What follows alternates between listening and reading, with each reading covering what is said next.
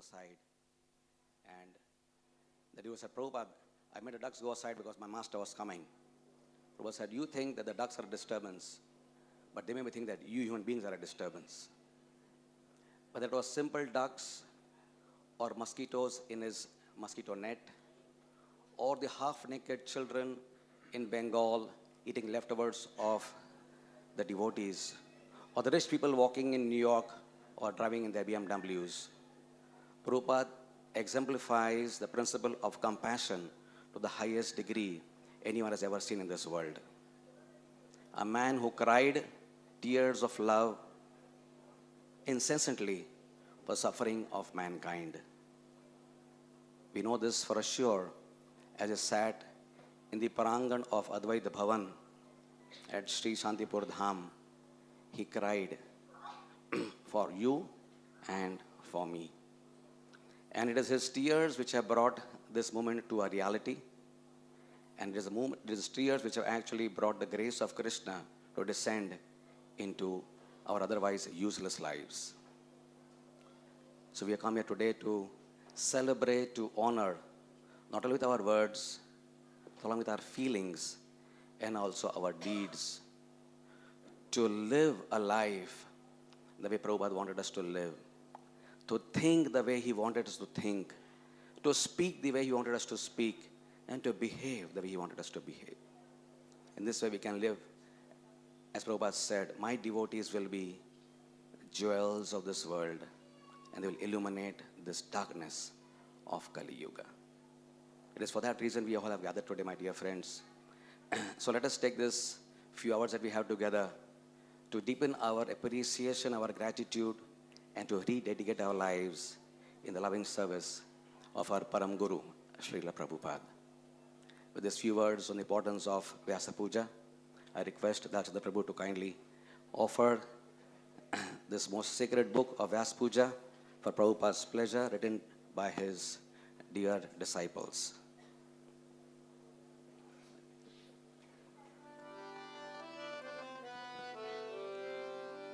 Gurudev Kripa Bindu Diya Koru Yei Dase Trinapeka Atihina.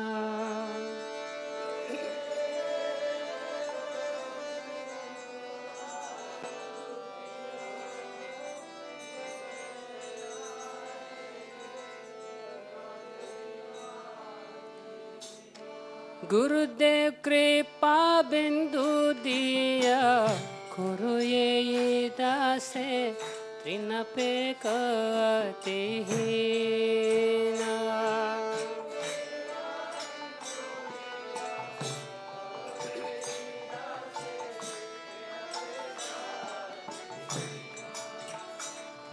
Sakal Sahane Bal diya koro nij mane sprihahina.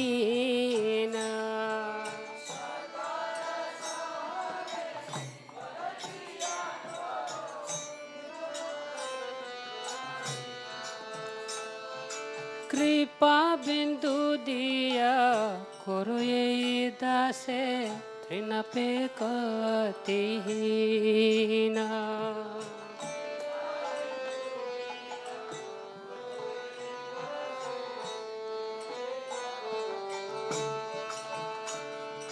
Sakale sammana korite shakati dehonatha jata jata.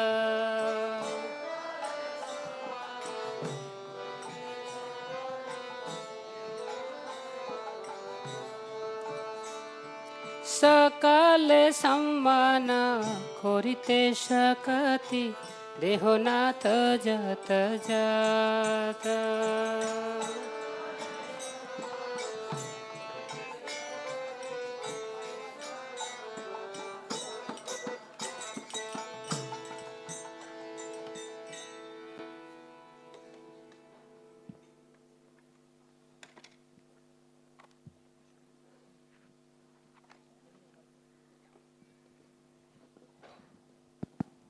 Hare Krishna. So, with great eagerness and pleasure, we shall hear the heartfelt offerings of our various devotees who shall call on the mic to come and offer their words of appreciation and love. I request the devotees to kindly be respectful of the time factor. Speak, if possible, the maximum amount of emphasis in a few minutes, possibly 3 minutes if you can, so that we can hear from a variety of emotions emerging from the heart of various devotees. Please keep your mobiles on silent mode to don't disturb the sanctity of the atmosphere today. And I'd like to request, we'll start with our senior most temple resident, Tulsi Manjari Mataji, to kindly come and make her offering.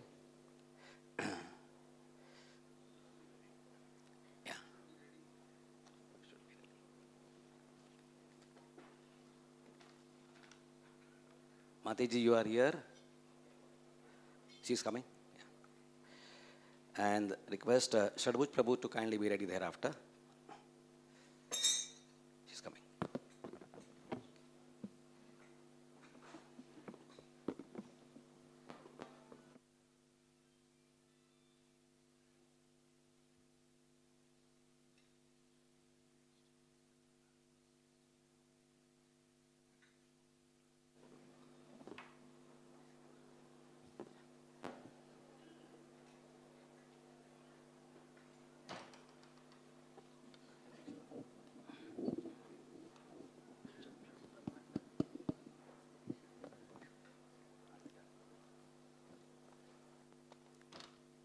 Hare Krishna. Srila Prabhupada had wonderful qualities. He was so patient, merciful, compassionate, and tolerant of physical discomforts. Once Srila Prabhupada contracted a bad infection in his leg. One of his toes had been cut and had become infected. The infection spread, and Prabhupada's leg became red and swollen to the middle of his calf. Prabhupada used a home remedy made of neem leaves, turmeric powder, and mustard oil, and a bandage of banana leaves. The infection finally began to subside after 5 days. Although it was very painful, Prabhupada never complained, nor did he reduce his preaching. In public, he hardly ever limped, so that no one knew that he was suffering. Though he did not care much for his physical discomforts, when it came to his disciples, he was very compassionate and sensitive to their needs. Once a brahmachari was massaging Srila Prabhupada. Prabhupada asked him if he had enough to eat. At that time, the devotees in London would eat only 1 meal a day. Srila Prabhupada asked him to how many chapatis he ate each day. He replied 4. Srila Prabhupada said it was not very much. The brahmachari replied he could eat more than that, but that was all that he was given. From that night on, Prabhupada arranged for the devotees to be served a second meal in the evening. In Philadelphia, one Mataji would cook for Srila Prabhupada. When she went to his room to remove his plate, she noticed that there was a cup of milk left in his plate. Srila Prabhupada said she should drink it. He said she should drink as much milk as possible while she was pregnant and nursing. In this way, the baby would be very happy, healthy, and peaceful. Prabhupada asked another Mataji who had 2 children, aged 1 and 2, if they ate dal and chapati. He said if children were given dal and chapati when they were young, they would always be healthy. Chapati should be soaked in dal till it became soft. Then children could eat it. Srila Prabhupada took so much care of his disciples, giving them such detailed instructions about minute things, even though he was so busy with his preaching activities, meeting dignitaries, and writing to disciples all over the world. With his love and compassion, he conquered the heart of his disciples, who today are spreading the message of Chaitanya Mahaprabhu throughout the world. I am grateful to you, Srila Prabhupada, for the love, mercy, and compassion flowing through your disciples. Thank you, Srila Prabhupada, for all that you have done for humanity at large. Thank you so much. Hare Krishna.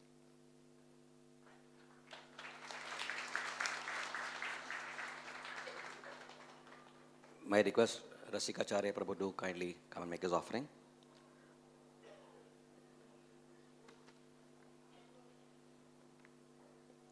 That's it, Prabhu. Since he's not here.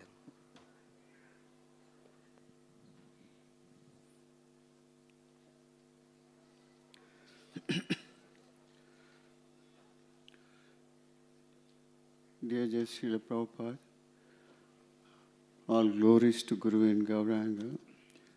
On this auspicious day of your appearance, we wanted to glorify some of your best qualities. You are called the ambassador of the kingdom of God, and you made always emphasizing how to give the pure love of God. And the poverty stricken is not that the person is not having wealth. This is not that. Poverty stricken means one who is not having the knowledge, spiritual knowledge, one who is not knowing the knowledge of God, that is the poverty stricken.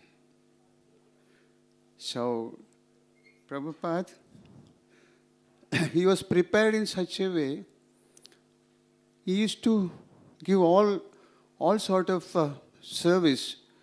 Once his plan was there, it is like a story of our Indian story, a blind man and a lame man. And we, Indians, we have the spiritual wisdom. The Westerners, Americans, they have had the technology. And bringing both the things together, Prabhupada has to revive God, Krishna consciousness to the people, making awareness, because all are useful, all are the children of God. And this should be all over the world through ISKCON. Prabhupada was a wonderful syllabus maker.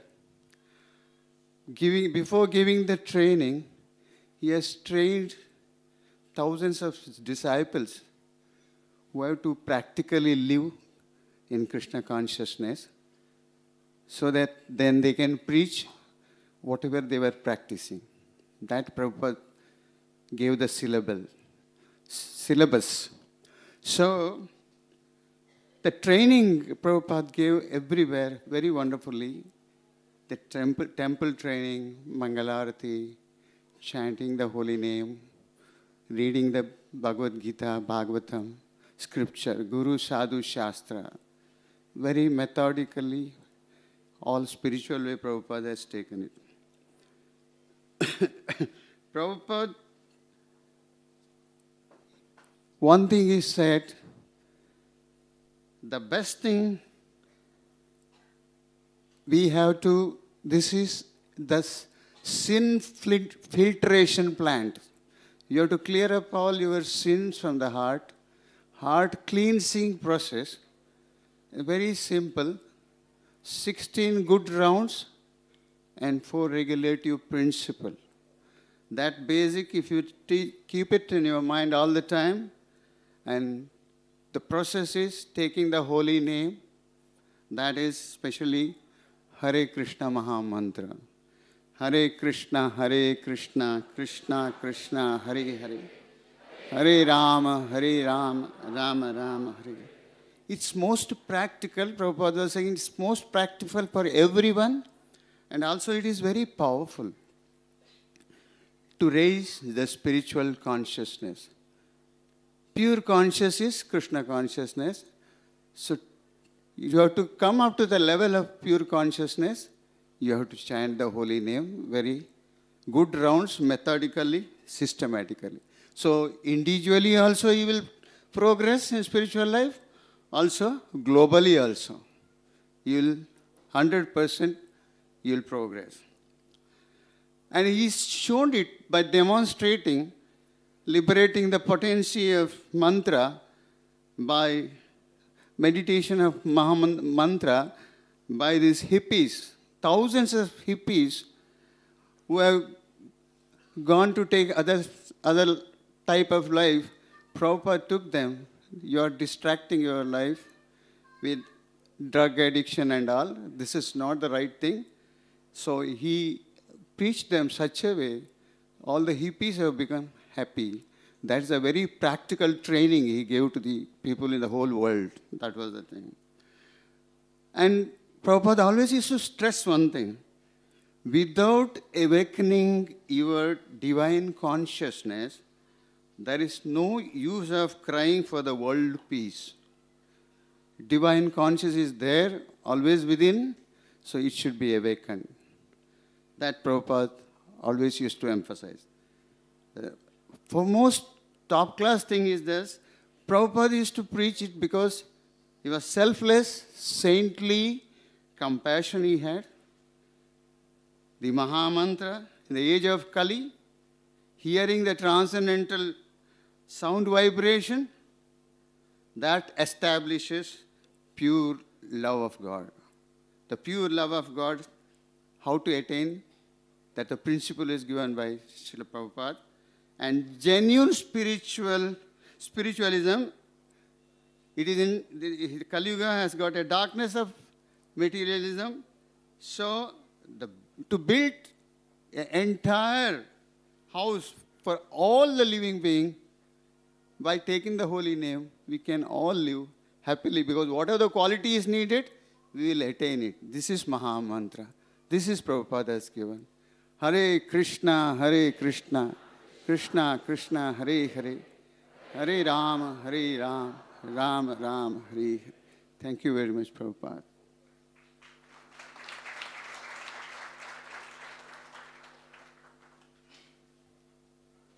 Thank you, Darshan Prabhu. Thereafter, Krishna Chandra Prabhu, kindly be ready. Hare Krishna.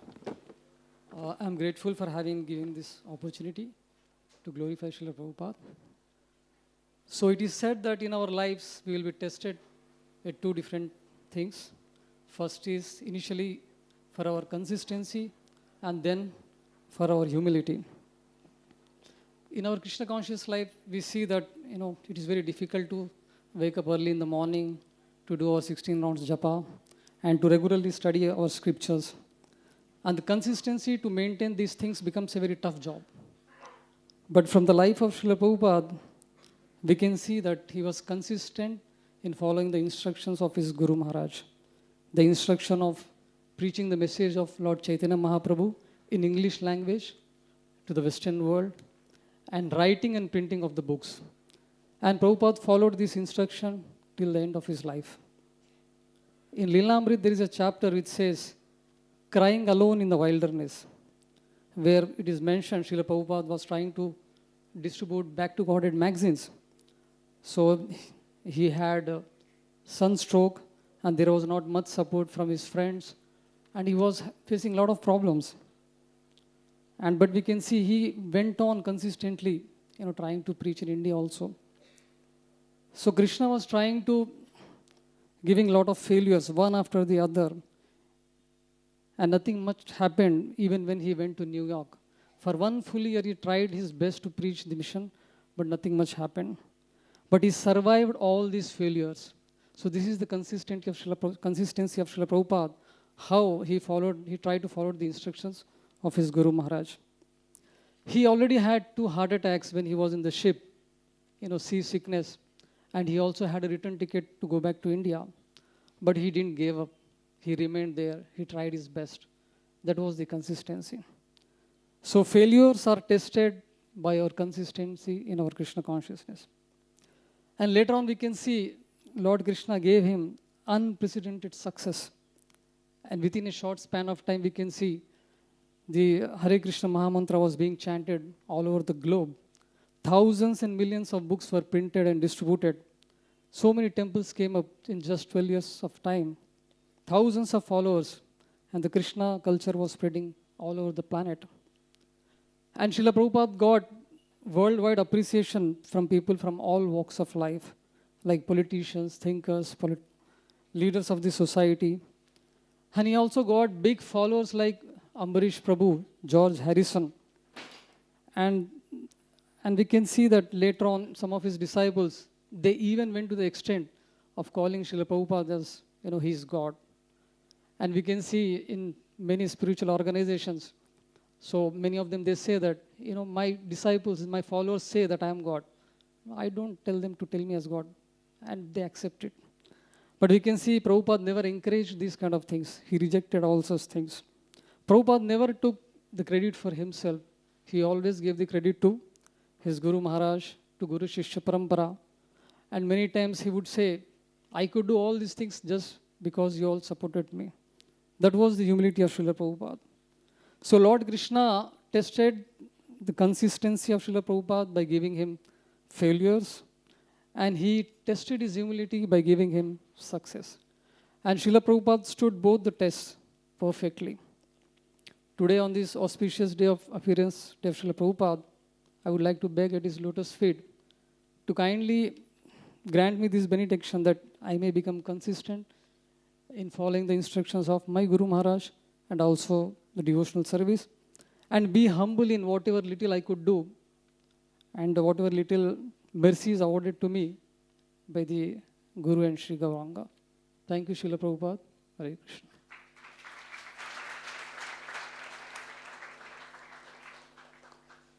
Thank you, Acharya Prabhu, for these two golden words, consistency and humility. We will take that to heart.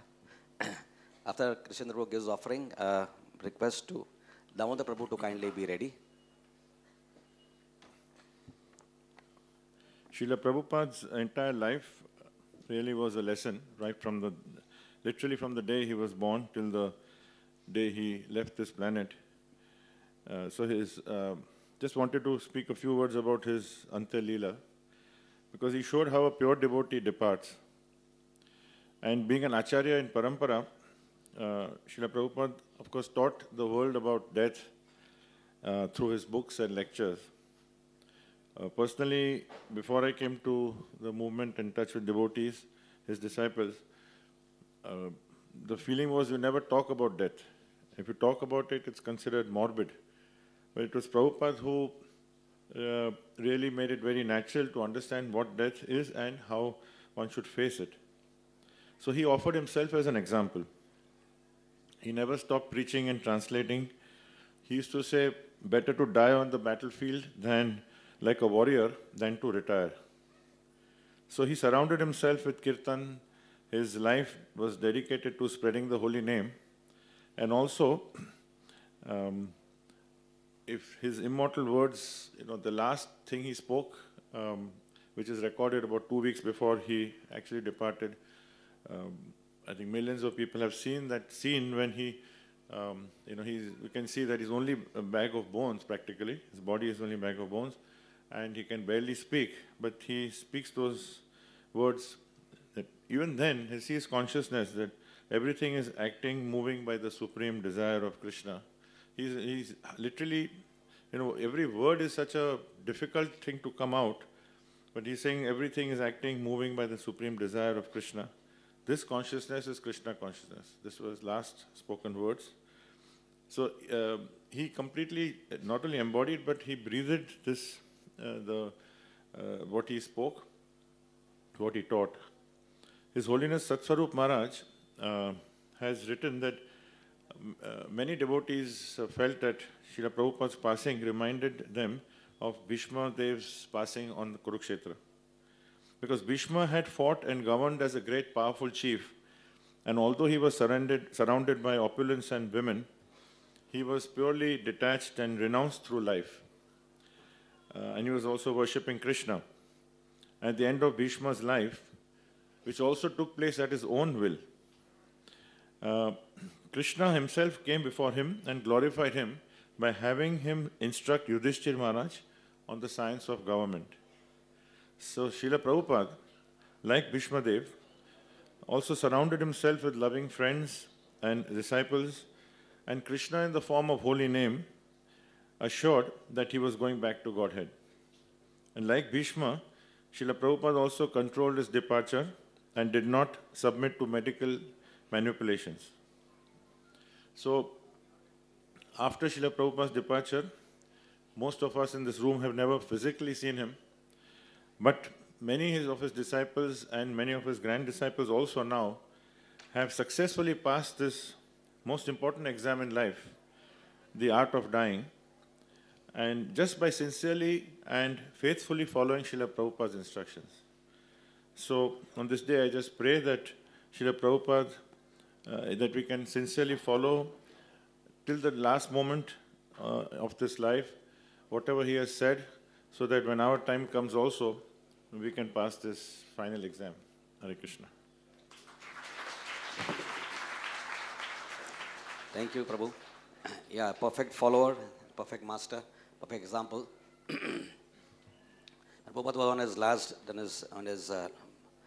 Anjalila pastime, and his body was bag of bones. He looked at all his disciples who were young in their 20s and said, "Don't think this will not happen to you." And he made us feel very sober. It's also interesting to note the history of Vyasa Pujas of Prabhupada, that in 1965, the Vyasa Puja was on Jaladuta, which was obviously not celebrated because he was on the ship and he wasn't an acharya. In 66, he had not set up anything. He had no followers who would understand what is Vyasa Puja. In 67, the movement was 2 years old, but he was in India at that time because he had suffered a stroke. So he was recuperating in India. The first recorded Vyasa Puja of Prabhupada is in Montreal, where he himself was personally there with his 6 disciples, whom he then deputed to London. So he had to teach them even also how to worship him. So he was sitting there and he just told suddenly, "Gurudas ji, so speak something about me." That's how he induced disciples to understand the value of glorifying the spiritual master. He had to teach everyone from learning to wear the dhoti, to glorifying Guru, to worshipping Krishna. Prabhupada taught us literally everything in life. With these words, I'd like to have Damodar Prabhu. You are here? Yeah. Thereafter, request Madhurili Mataji to kindly be ready. Dear Srila Prabhupada, please accept my humble obeisances. On one morning walk in 1976, you said, "If I say that I am ISKCON, what is the wrong there? Because I have created this. Therefore, I say, ISKCON means I. I am ISKCON. So what is the wrong there? It is like that. By the energy of Krishna, everything has come out. Therefore, he says, I am this, I am this, I am this. Vibhuti bhinnam." In another, addressing the devotees in Mayapur, Prabhupada says, "We are making a very gorgeous plan at Mayapur. And if we all together can give shape to this plan, it will be unique in the whole world. It will be a world center for teaching spiritual life. Students from all over the world will come and we shall revolutionize the atheistic and communistic tendencies of rascal philosophers. So we must be responsible for this great task." And then Prabhupada said, "Not for a single moment shall we be without ISKCON thoughts. That is my request to you all." Now if we ask any newcomer, when you hear of the word ISKCON, what do you think? Usually the first response is, nice prasad. It's nice kirtan, Hare Krishna kirtan, beautiful darshans, decoration, the deities. So actually we can, yes, of course, that is the first contact with ISKCON, but we can think of the ISKCON also in terms of its 7 purposes. So I would just very briefly like to go through the 7 purposes, reading just the key phrase. The very first purpose, Prabhupada says, is to systematically propagate spiritual knowledge and to educate all people in spiritual life. So the key word in the first purpose is education. Prabhupada just rented a storefront or later an office before that, and he would label it as a Radha Krishna temple. Just imagine some storefront and office being a Radha Krishna temple. There is no big bell hanging around, there is no dome, there is no loudspeaker blaring some chants, and Radha Krishna temple. Because Prabhupada envisioned a temple as meant for education, spiritual education. That was his vision, the first purpose. Then The second, to propagate consciousness of Krishna as revealed in the Bhagavad-Gita and Srimad Bhagavatam. So I will just like to give you one word to remember for each purpose. The first is education. The second key word of the ISKCON 7 purposes, the education is based on Srimad Bhagavatam, and that's what Prabhupada carried. Srimad Bhagavatam was Prabhupada's companion to US. So the second key word, the education should be based on Srimad Bhagavatam. Thirdly, what will happen if we propagate education based on Srimad Bhagavatam? The third purpose, to bring the members of the society together with each other and nearer to Krishna. So this will bring the members of the society together, to each other, together intimately. So the third word is to come together intimately. Fourth purpose, to teach and encourage the Sankirtan movement. So the third part, coming together, lays down the foundation for fourth, because coming together we can propagate Sankirtan of Lord Chaitanya Mahaprabhu. So the fourth purpose we can remember by the word Mahaprabhu's Sankirtan. Fifth is to erect for the members and for society at large a holy place of transcendental pastime, which is the temple. So after the Sankirtan spreads, then we need some place for the devotees to come together and continue to further and enrich our spiritual life. So we can see that this is how Prabhupada actually instituted also. The temple erection began much later. So that's the fifth purpose, and the key word is the temple. Sixth is to bring the members closer together for the purpose of simple living and high thinking. That is now establishing the farm communities, and that's the next step, the sixth step. So establishing farm community, the sixth purpose. And the seventh purpose says, to accomplish all this, we need to publish and distribute transcendental literature. So distribution of literature is the seventh purpose. We can see that all these seven purposes, they just acronyms to the word estimated. E stands for the education, S for Srimad Bhagavatam, TI is together intimately. When spiritual education based on Srimad Bhagavatam is spread, people come together intimately. MA for Mahaprabhu Sankirtan. Then there is the temple. E for erecting farm communities, and D for distribution of books. So the seven purposes which we can think of Prabhupada ISKCON or Prabhupada for the seven purposes with the word estimated. So Prabhupada, you are a great visionary, and your purpose of coming to this world is also very deep and grave. Who actually can estimate your purpose? Once you said that if American government knew the purpose of which I am coming, they would never have allowed me to win the country. So I am very grateful to be part of this Krishna conscious movement. It is, or I can't really estimate my good fortune that I have been given this opportunity to be in the association of devotees, to be in this ISKCON movement.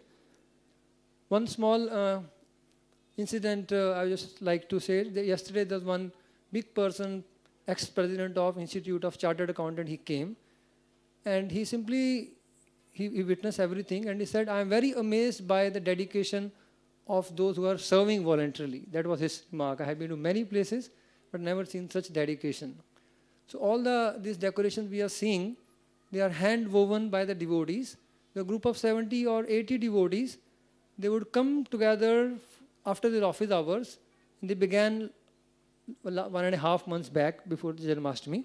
After the office hour, their work hour, they would come in the evening, and 4 to 5 hours till midnight, they will be doing all these hand weaving decorations.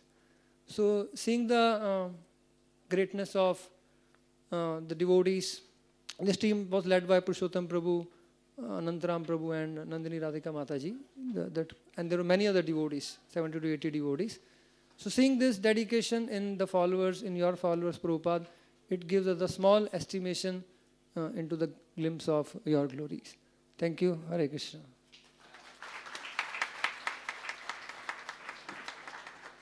Thank you, Damodar Prabhu, for reminding us of why we are in ISKCON. I think we must definitely applaud also for the hard work and labor which the devotee have done. I think a good clap they deserve. This could have been done by giving money to some professional, but would not have served the purpose. everyone was engaged beautifully with their hearts and their hands involved in loving service of Sri Krishna. So, after Madhuri Leela Mataji gives her offering, request Sangeetan Prabhu to kindly be ready.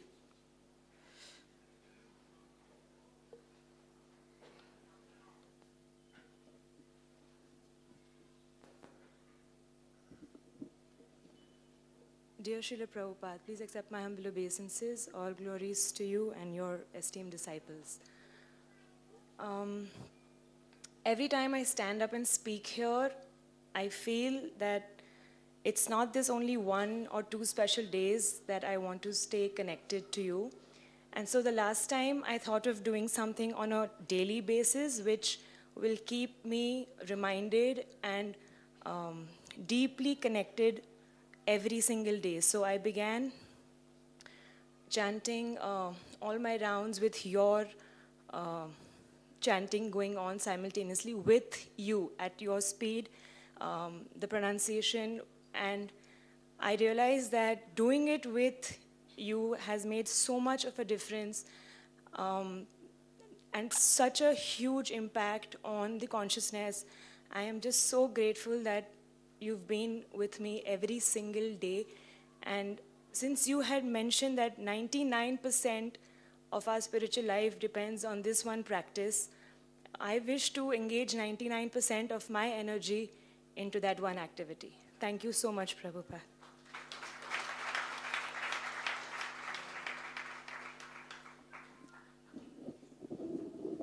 Dear Prabhupada, I am going to play the happy birthday for you on the flute.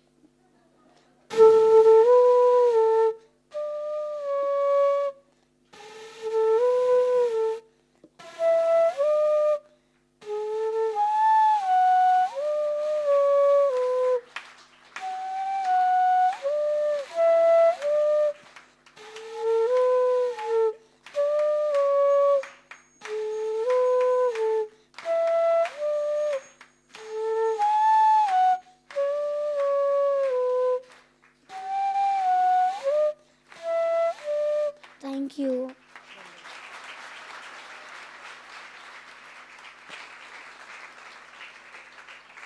Yeah, that was very, very sweet flavor to the whole occasion. So, Sangeetan Prabhu is here? Oh, yeah, okay. After he finishes, I'd like to request Krishna Gopal Prabhu to kindly be ready.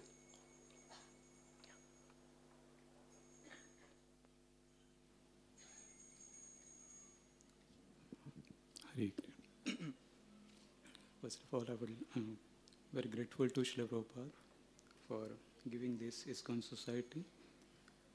And we can see that what Srila Prabhupada has given us, ISKCON society, and this process of Krishna consciousness.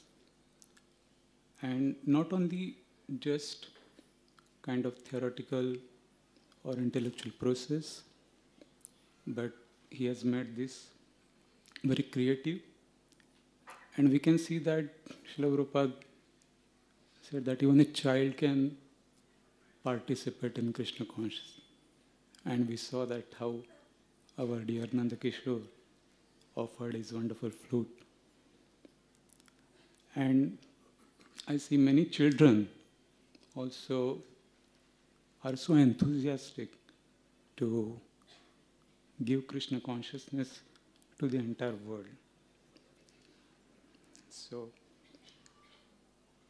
on this day I want to remember the sacrifice of Srila Prabhupada. What Srila Prabhupada sacrificed when he was given that order that he should go to the Western world and give this process of Krishna consciousness to all the Western people. It was not an easy order. It was a very tall order. And we see that even to just approach some Westerners, we find so much difficulty. And even to going in that country, which is a very godless situation, godless civilization, Srila Prabhupada, he actually made that. He made it possible. And he had a complete faith in Srimad Bhagavatam, in the words of his Guru, Srila Bhaktisiddhanta Saraswati Thakur Maharaj. And Srimad Bhagavatam is the tremendous contribution Srila Prabhupada has given to us. Srila Prabhupada, in his foreword to Srimad Bhagavatam, writes that human society has made a lot of progress in material advancement, material technology, education, economic development. But there is a pinprick in the society. And that pinprick is because of lack of Krishna consciousness. And Srila Prabhupada, at the very beginning, when he met his spiritual master, he realized that this is the real problem in the society. And Srila Prabhupada made so many sacrifices. Some years before, 2-3 years before, Krishna Chandra Prabhu gave me one book of Yogeshwar Prabhu. And I could not read that actually because it was so much emotionally intense. What was Prabhupada's sacrifice and what was happening before he actually embarked on that journey. How much struggle he was going through. Srila Prabhupada literally shed tears, he sweat blood to give us this ISKCON society to us. So on this day, I want to be very grateful to Srila Prabhupada for it, for his whatever he has given, and to remain faithful to his servants and devotees.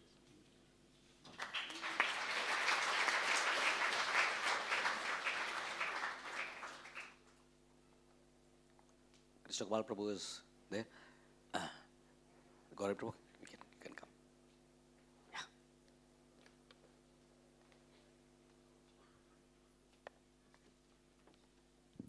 Dear Srila Prabhupada, in purport to this verse from Bhagavad-Gita, Yada samharate chayam kurmungani va sarvashah indriyani indriyartebhya tasya pragya pratishtita.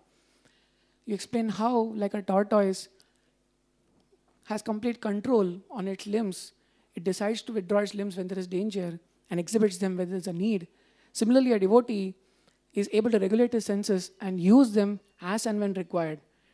Prabhupada, we see this verse completely manifest in your own life. The League of Devotees, Jhansi, you struggled so hard. Of course, you used to give lectures and there was a cultured audience. However, when you decide to go to the West, you had no one to receive you. You had heart attacks.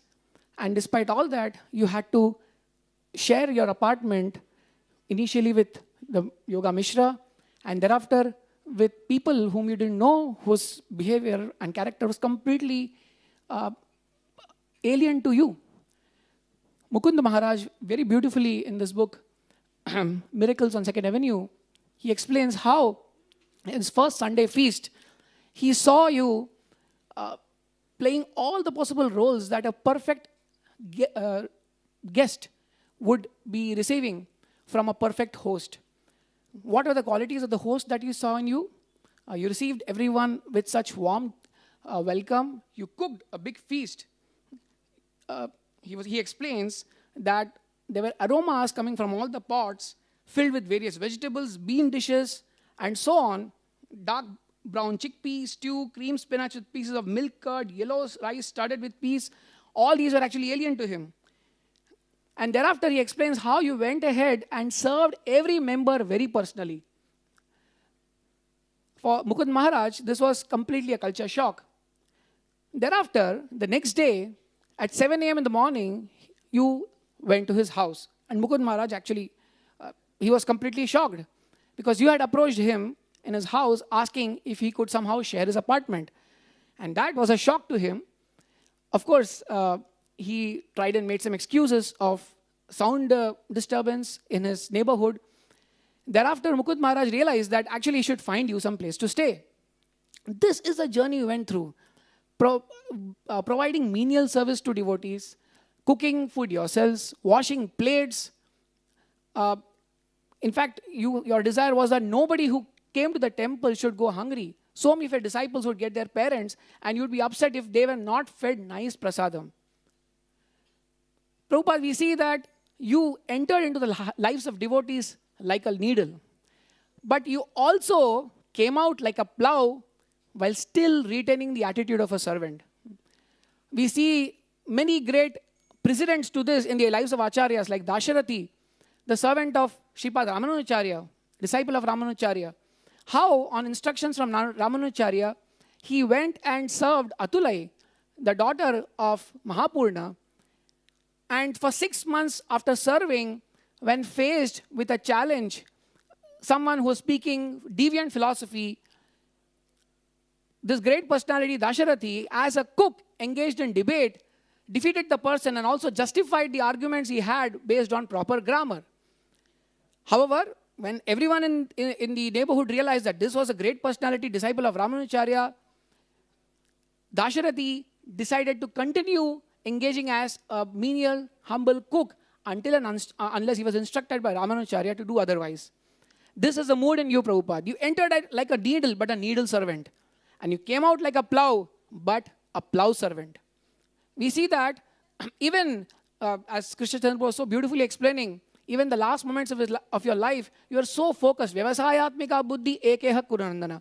Bahushaka yanantascha buddhayo vyavasayinam. You were so inspired by Srila Vishwanath Chakravarti Thakur's commentary on this, that keeping one's life completely focused on the instructions of spiritual master is what Vyavasayatmika buddhi is about. And that's what you manifested. And therefore for you, servant, being a servant was the bottom line in every situation. You withdrew your limbs when required in the mode of service. You engaged your service when required in the mode of service.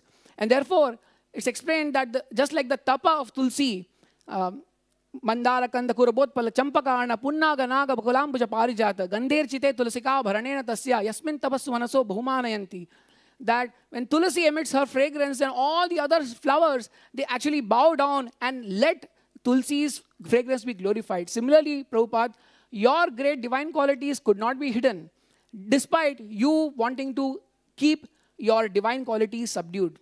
This is because Krishna wanted you glorified. On this most auspicious day of your appearance, I would like to express my heartfelt gratitude for this exemplary behavior of yours and the teachings and the very, very simple process of chanting the holy names. Hare Krishna, Krishna Krishna, Hare Hare, Hare Rama, Rama Rama, Hare Hare. Thank you very much.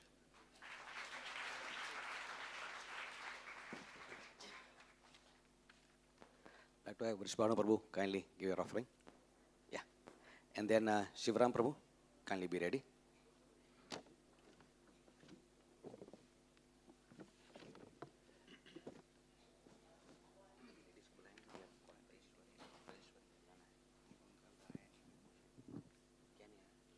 Veni, Vidi, Vici. These Latin words are ascribed to Julius Caesar, who after winning a very petty battle, he boasted, I came, I saw, I conquered. Dear Srila Prabhupada, these three words actually gloriously are applicable in your life. You came into this material world in 1896, and after your appearance in this world, you created such wonderful magic in lives of grief-stricken society. First of all, your arrival was predicted by our acharyas that you would become a commander-in-chief of the army of devotees. This was predicted. Then after you arrived, you saw the deplorable condition of the human society. And after seeing the deplorable condition of the human society, you decided, in pursuance of obeying the order of your spiritual master, to purify the lives of millions of stricken people whose hearts were dirty, contaminated. You purified them all by the power of your writing. You wrote such wonderful purports in Srimad Bhagavatam, and you wrote so many books that you were in a position to purify even the most degraded members of the society, and you converted them into pure Vaishnavas who helped you to build so many temples and eventually helped you to build, form or create the Society for Krishna Consciousness. So this is, you just came, you saw, and then you conquered. How did you conquer people? You conquered them by your humility. You conquered the people by your erudition, by your scholarship, and by your humility. So one cannot simply glorify you. I don't have sufficient words to glorify you. If ever history is written of contributions of spiritual masters, I'm sure you would be topping the list. Hare Krishna.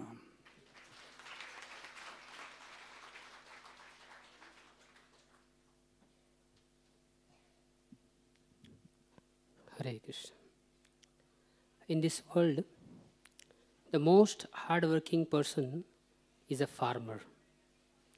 When a farmer sees a barren land where there is no hope for crops to grow, but still he tries his best.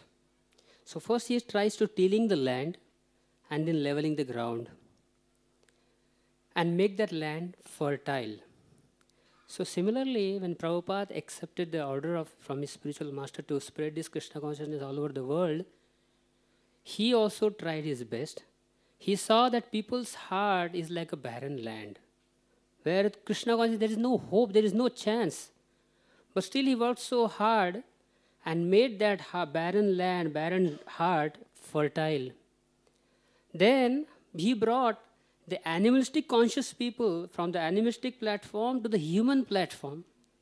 And the next stage is, after tilling and leveling the ground, then sowing the seed.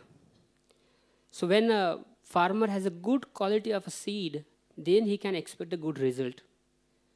In this world, there are many charismatic people. They are full of talents and skills. So they try their talents and skills to spread their message. But the problem is, the reality is, by using our skills and talents, we can only entertain the mind. We cannot touch the heart. We cannot transform the heart. Only entertain the mind, we cannot enlighten the heart.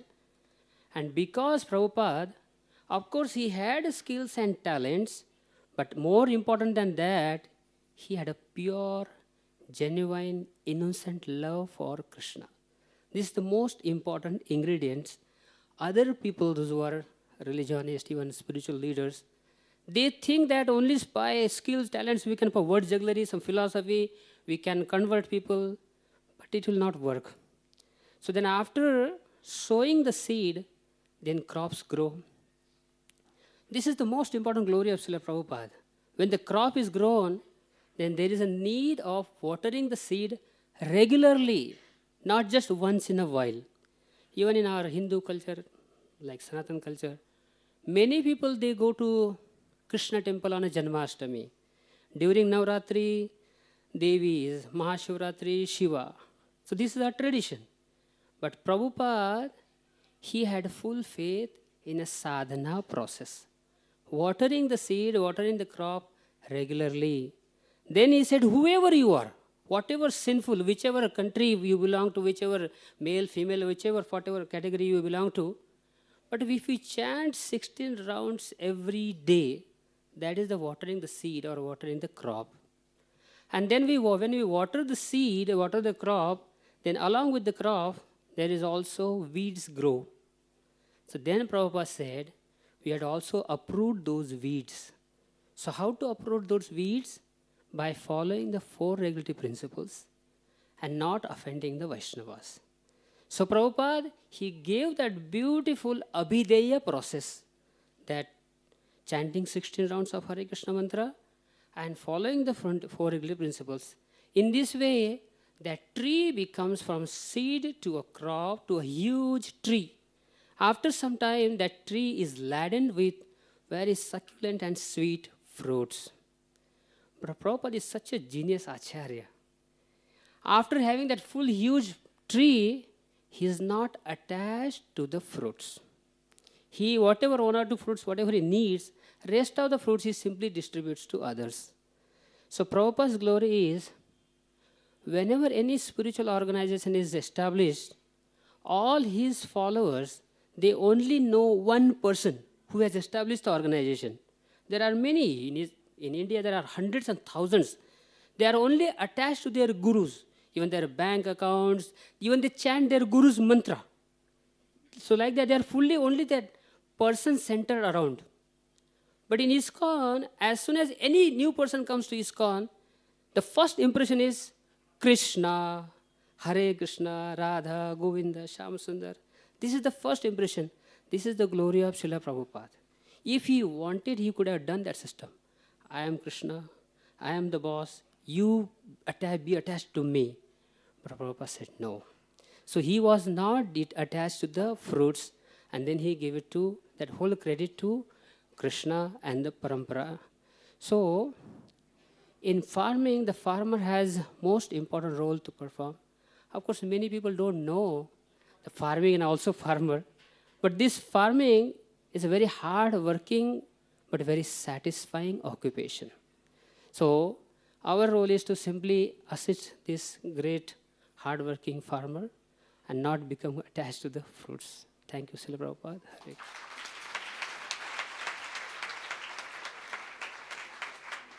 Krishna Prabhu, kindly make your offering, and thereafter request Lalita Mataji to kindly be ready.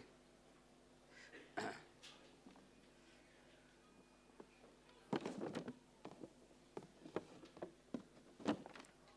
Krishna.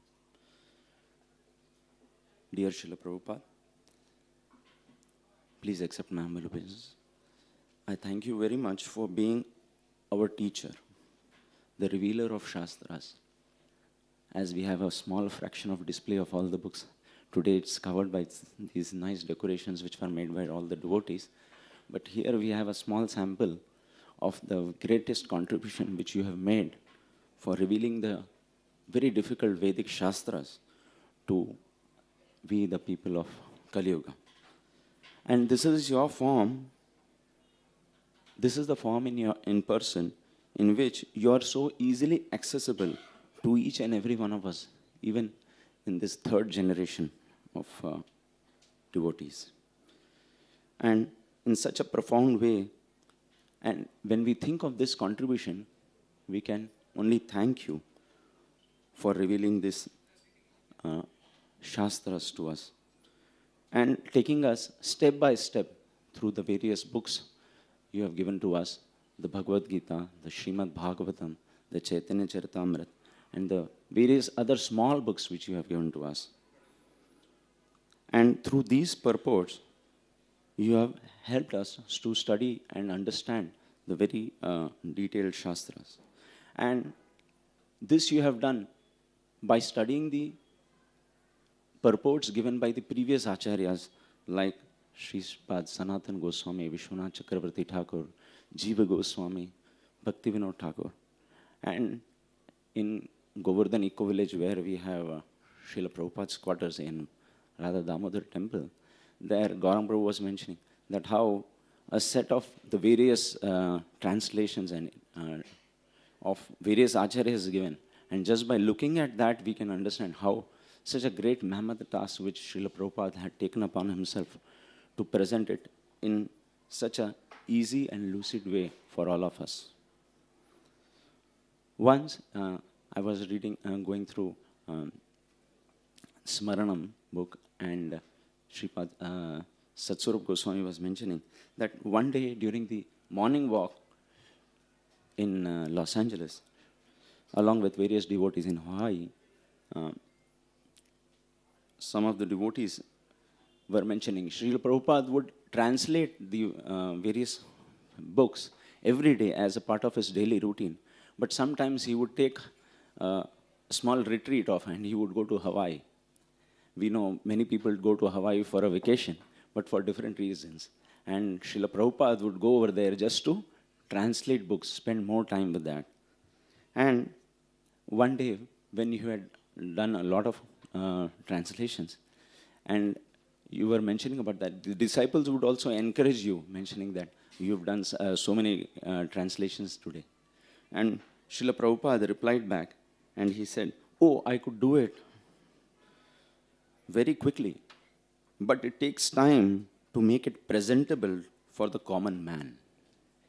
So that is the inside view of yourself as a compiler, as a purport writer.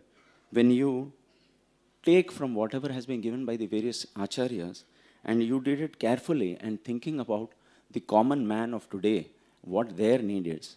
And if we see many a times when we have to make a presentation to the college students or to professionals or to ladies, then we have to think about the audience and then make changes in the presentation.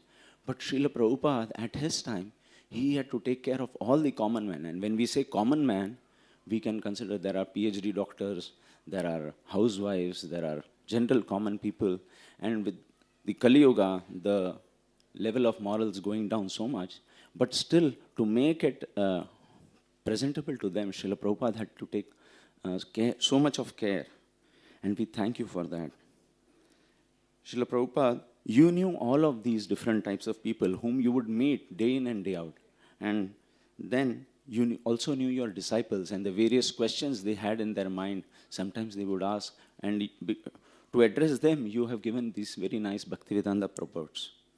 So what you have given us, you were not an ivory tower writer. Sri Satsuru Goswami mentions over there, and we also have an ivory tower here.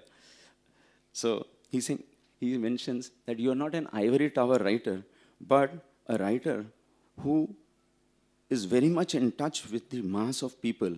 And in your compassion, as a follower of Sri Chaitanya Mahaprabhu, you wanted to give his teachings to them, and you presented it to them, to us, taking away a lot of the unnecessary Sanskrit terminology, which would be not so easy to understand, and for which the common men may not be interested in. Another time, Srila Prabhupada, you got up as early as 12 in the midnight just to translate. And in that 24 hours, you translated only 3 verses. And you mentioned that it was very taxing. But it was only you who could do this. And you did this because you love it. That is an indication of the taste, you said. And that is why the people, they like my books. That this is another glimpse of your writing life, as you called it, your personal ecstasies. And that is one of the reasons why your purports are not only just academic or ivory tower, but you also know the Lord and you also know the jivas.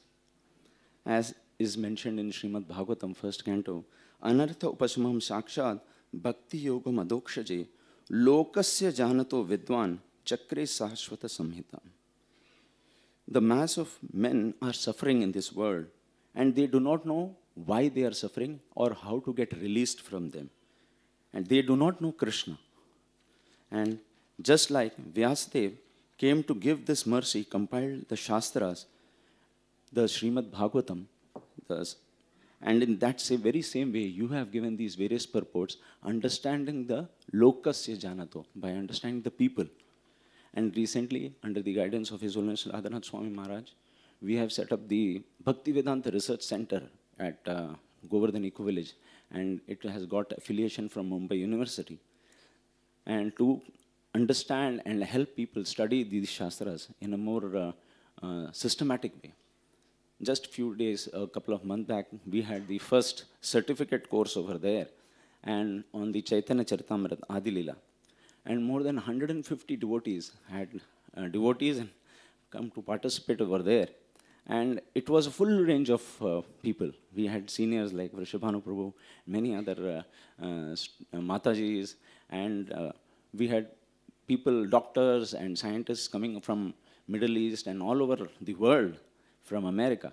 And all of these attended this course. And even I had the fortune, many brahmacharis also, not only from Chopati, from Radha Rasbehari Mandir, Kanpur, and Pune, many devotees had come and just to study these Chaitanya Charitamrita in 4 days. And even along with me, my mother was also able to attend.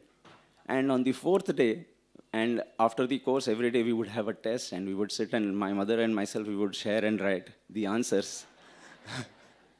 And at the end of the 4th day, from the Mumbai University people had come to felicitate this being the first and to inspire people to come and attend this course. And when they announced the name of the dignitaries, I saw one of the doctors was Dr. Uma Shankar. And she was one of my college professors from SIS College. And so after the felicitation program, I met with her and I introduced my mother also. And she was so happy just to see that now she's also her doctorate in sociology, and she is now one of the professors who will be a faculty of the Bhaktivedanta Research Center. So I would like to thank you for giving us such nice purports, and I pray that we may be able to take out whatever time we have and study this great contribution by you. Thank you very much, Srila Prabhupada.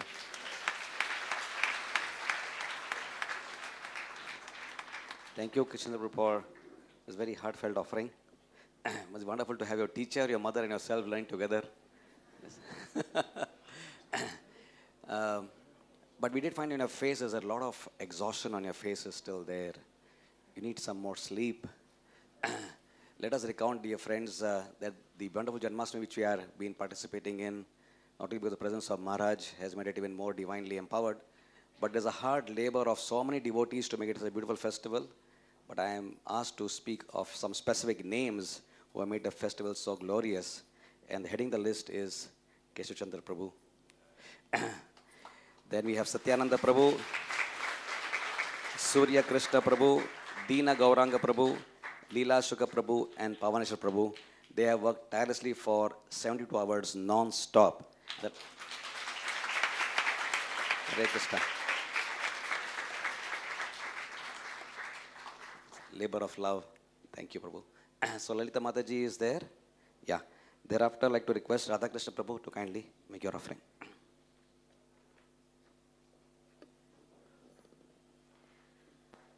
Thank you, Srila Prabhupada, for letting me stand in front of you. I don't know whether I deserve to be here, but definitely I would like to take this opportunity to express my gratitude to you. And I was just thinking on the way while coming here that what could I speak on Prabhupada, but this one word kept coming to my mind, which was visionary, this vision which Srila Prabhupada had for everyone and for the entire world. Like a few days back, some of us were just sitting and just a very casual get together it was, and the talk steered towards Narendra Modi ji, and some of them were saying that how much his contribution to India has helped in the progress and has been beneficial to so many people. People have benefited from the vision which he has shared for India and has done so much. And at that point, I was just thinking that even Srila Prabhupada, because of him, today I feel so grateful that it's only because of Srila Prabhupada that this entire ISKCON movement has been given to us. Otherwise, I was just thinking that we have never heard of even a place called as Mayapur, though it always used to be there, but we never knew that this is the birthplace of Lord Chaitanya, for that matter, even Jagannath Puri, and every town and city, Prabhupada, you have established so many temples that we cannot but remember the Lord everywhere that we go, for which I am really very grateful to you. And also, as Krishna Chandra Prabhu was mentioning about death, basically it just struck me that, the last time somebody asked Srila Prabhupada that, do you have any desires, anything to say, anything left at the time of his last moments? And Prabhupada said in Hindi, Kuch ichha nahi hai, I have no desires.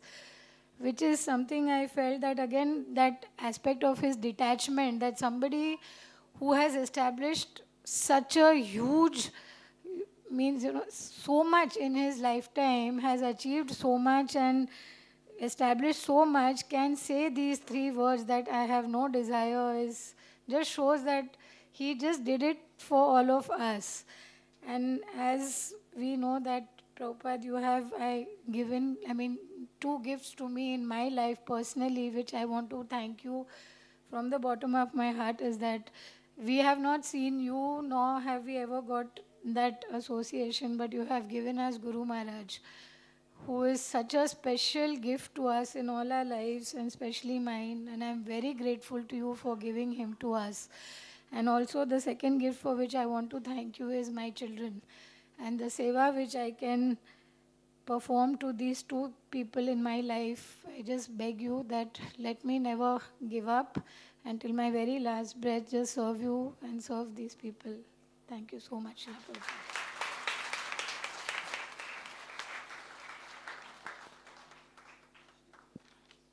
Thank you, Lalita Mataji. After Radhakrishna Prabhu makes his offering, request Vaishnava Seva Prabhu.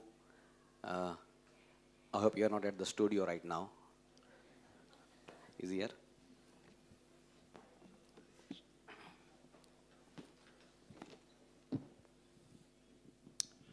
Hare Krishna. Srila Prabhupada has given us so much. It is not possible for any of us or collectively all of us to amply glorify him for what he has done. But there is one particular thing, is that not only did he do so many things, but he has empowered different people in different walks of life. Whoever has come in touch with him or his teachings or his disciples, that now this is the snowball effect that is taking place. His most important instruction to his disciples was to distribute three things: to distribute the holy name of the Lord, to distribute the teachings of Bhagavad-Gita, and to distribute Krishna Prasad. He had a vision, especially for the third instruction. He said that no one within 10 miles of any center should go hungry. And this vision of his has been picked up not only by his disciples, but by so many other people who have a soft corner for distributing food, especially to children. It was his vision when he saw those kids pick up some scraps of food from a street corner, and out of his compassion, he had instructed his disciples to take up this project. Srila Prabhupada,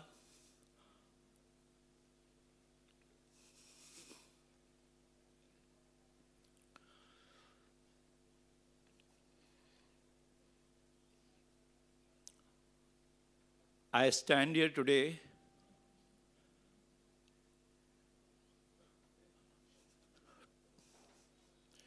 to make a humble offering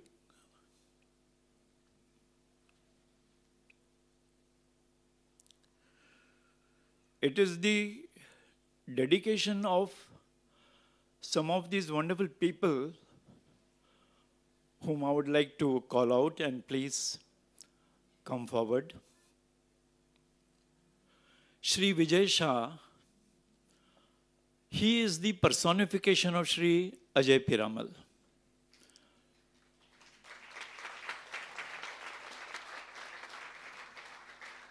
Shri Ajay Piramal has put his heart into this project, and he has given us his best person to take care of this project. Shri Vijay Shah is not only the head of the Piramal group, but he is also a very active member of the Rotary Club of Queen's Necklace. Srila Prabhupada, the members of the Rotary Club of Queen's Necklace have put together a brand new kitchen at Mahul, which is today complete and they would like to dedicate it to you, this kitchen was built at a cost of 5 crores of rupees.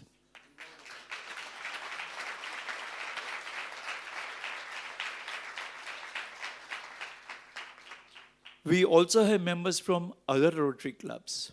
We have Rotarian Ratna, please step forward. We have Rotarian Ramesh ji and Rotarian Kunjan is on his way. We are extremely grateful to all these wonderful personalities who have helped us in achieving Srila Prabhupada's dreams. From this one kitchen, we'll be able to distribute 200,000 plates of Krishna Prasad every day.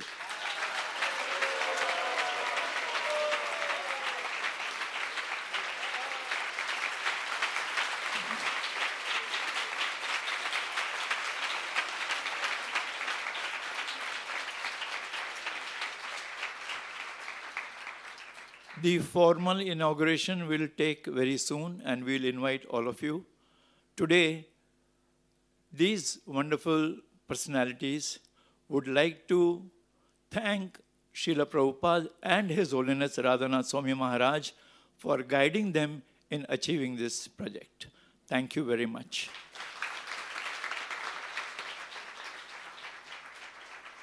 Some more coming in.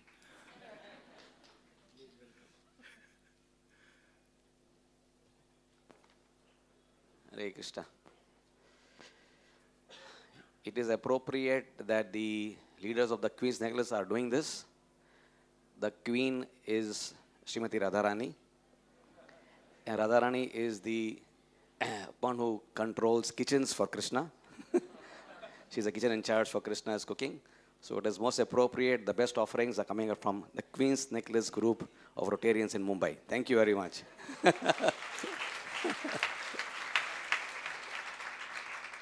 So since we are remembering Srimati Radharani today, we must call upon Ras Rani Mataji. Is she around? Ras Rani Mataji and Brajeshwari Mataji after Vaishnava Seva Prabhu.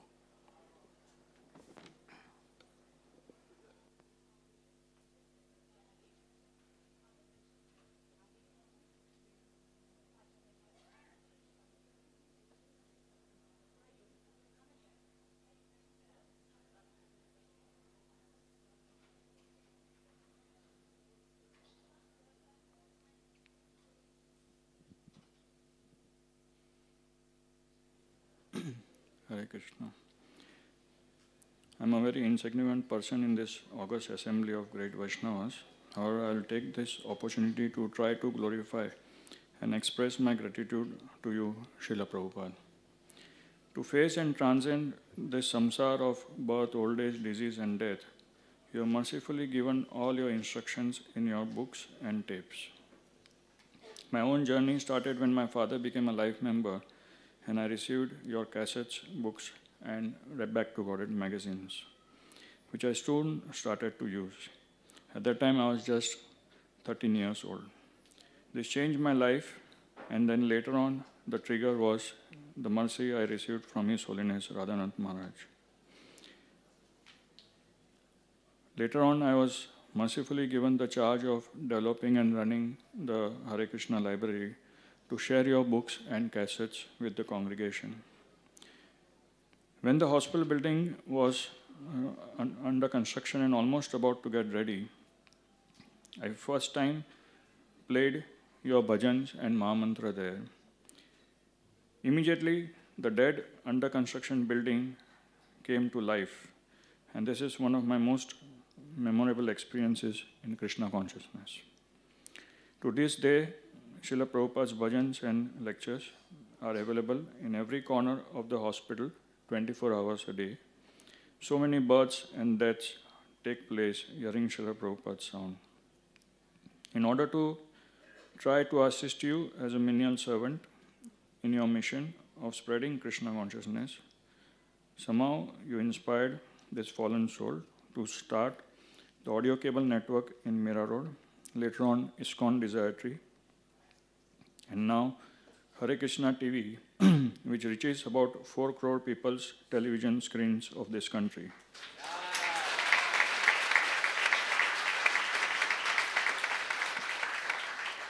The seed of devotion will get, hopefully the seed of devotion will get planted in their hearts by your mercy. I thank you for allowing me to do these menial services, although totally unqualified. Just by starting to follow few of your instructions and that of your disciples and your grand disciples, many improvements have taken place in my life. My only chance to spiritually progress is by trying to continue to assist you as a menial servant and somehow hang around in this victorious Sri Krishna Sankirtan movement of Sri Chaitanya Mahaprabhu. There is no other hope. Hare Krishna.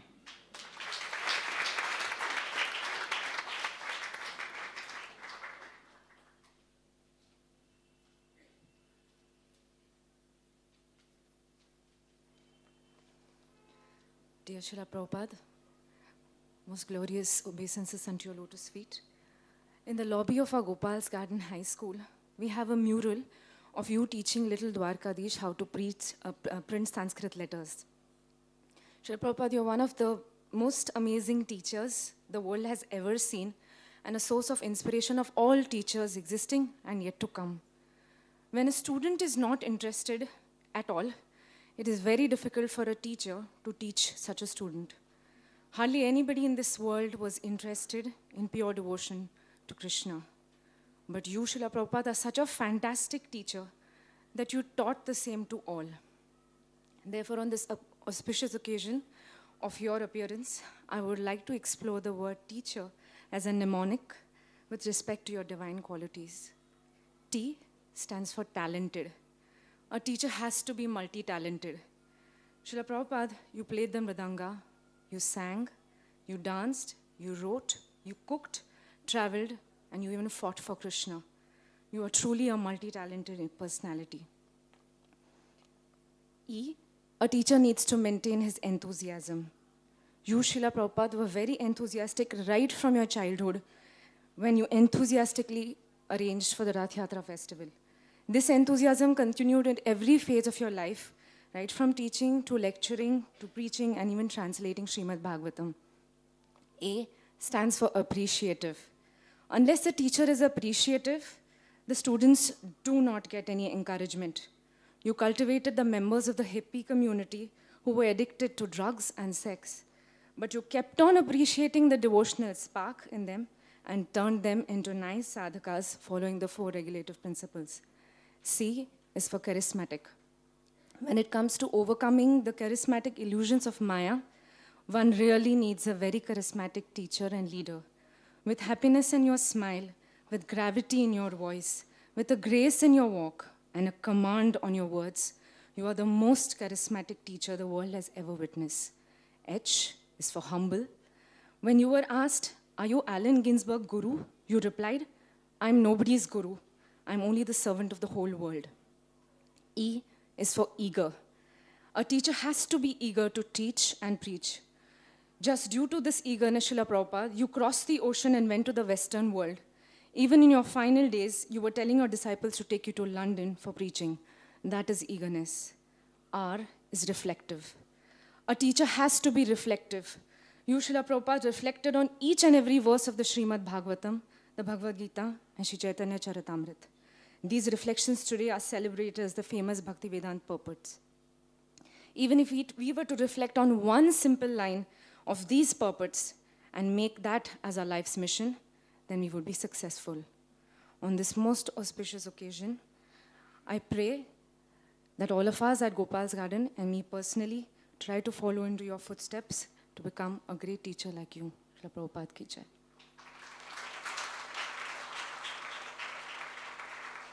Thank you, Mataji, for loving offering. After Paresh Mataji, then Sridhama Prabhu kindly be ready. Yeah. I just remembered what he said about enthusiasm, the small episode when Hansarani Mataji Prabhu decided was cooking. She was cooking some samosas. And she asked Prabhupada, "How much would you like to eat? How many samosas should I make for you?" He said, "I would like to eat more than you can make." So he was insistent about everything in life, including honoring Krishna's samosa prasad. Jai Srila Prabhupada. Recently, I just heard that Maharaj telling someone that you cannot appreciate Srila Prabhupada enough till you come to his age. So it's so true. Recently, I mean, like 6 years back, I lost my father, and he was a healthy man and didn't have any problems. But suddenly he was detected that his heart was like working only 10%, and he was admitted in the hospital. In our early days of Krishna consciousness, he never appreciated our movement or Srila Prabhupada. And he used to, in fact, many times mock at the Western devotees and about their shikhas and about their dressing up, about their chanting, about playing kartals, everything. And I used to have a lot of arguments with him, fight with him for all these things. But when he was in the hospital, I went to see him. And that time I was like surprised that suddenly how he is in the hospital with all the oxygen mask and tubes. So I asked him, I said, what happened to you suddenly? So he was very, very peaceful, which was very surprising. And as if, he was like relaxed. And he just said that something will happen, no? If Krishna wants me to go back, then he has to give me something. So this is what he has given me. And he was quite happy and relaxed about it. No fear at all. And first time, he appreciated Prabhupada. And he said that now I can understand, what Prabhupada went through, how he survived those 3 heart attacks. And after that, so much preaching he did, and so many devotees he made, and he's done such good work. And I was so happy. And I felt that, Prabhupada is just taking him in his lap. Thank you, Srila Prabhupada, for all your mercy on my family. And I know, this is one small incident, but you have captured so many hearts. Thank you so much.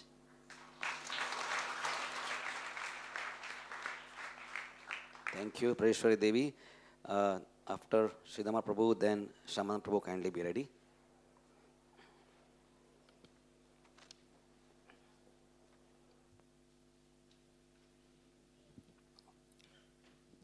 Hare Krishna.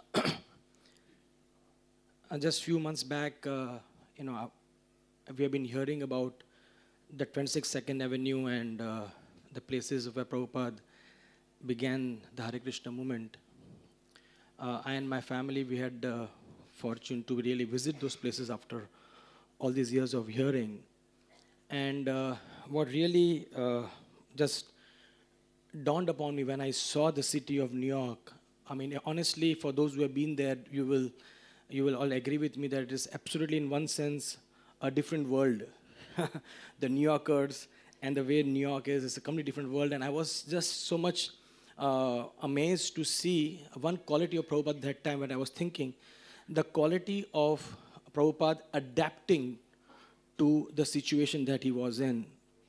I was just imagining that just few months back, he was in the holy land of Vrindavan, visited Shantipur, visited Mayapur, and in this holy land, and then he comes across to a completely different, same world, but a completely different place in New York, and how so quickly he could adapt to this whole situation. And the important thing is not only adapting, but adapting without compromising.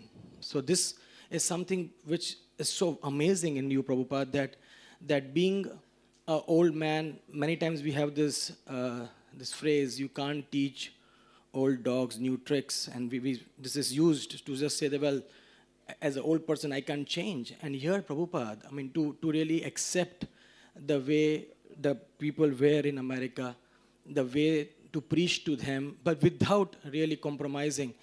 So I really ask myself today also, Prabhupada, that whether I, or rather in one sense we can all ask that whether we have that understanding of adapting to the scenario that we are in this current day and age, 2019, without really compromising the principles. I seek your blessings for really trying to understand this particular aspect. Another quality that that really comes very glaringly in Prabhupada's personality is his non-judgmental nature. If you see, it is so natural when you are dealing with all juniors, people who are completely new. It is so natural in one sense to really judge a person. I said, oh, you don't know this? You don't know this? I mean, Prabhupada was surrounded with people who were completely having no understanding of Vedic culture, no understanding of Krishna. I mean, we have examples of Prabhupada going to meet Shyam Sundar Prabhu when he was carving the deity of Lord Jagannath. He goes to see the progress, and he goes to see the deity, and on the deity's head he finds the ashtray, and then he sees that, what is this ashtray? Several Shyam Sundar Prabhu was carving the deities, and he was smoking. And Prabhupada could have been extremely judgmental. He said, what are you doing?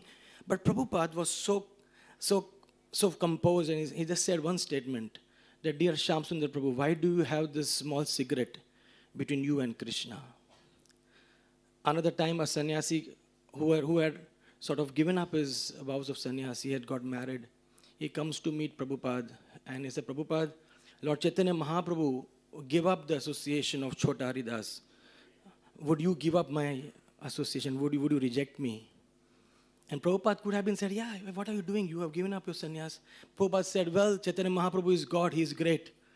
But I am an insignificant servant of God. And Prabhupada said, I need everyone to really spread this mission of Chaitanya. So Prabhupada was following a beautiful understanding that if you are busy judging people, then you are not time to love them. And Prabhupada was here so busy loving people that he had no time to judge people. So this was a very, very amazing quality, Prabhupada, and I seek today the second blessings of yours so that I can learn. Of course, I have no right to judge because I'm just insignificant, but this tendency which comes, I pray, Prabhupada, that I can learn this art of not judging people, but just so busy loving people. And the last amazing, wonderful quality that really comes to my mind is that your expertise and your purity and your devotion, which could extract surrender from your disciples. I mean, it is materially or professionally unthinkable that if a follower has not even met his boss or not met his authorities, and he can surrender his life. And here, I speak about Niranjan Swami Maharaj. We all know him.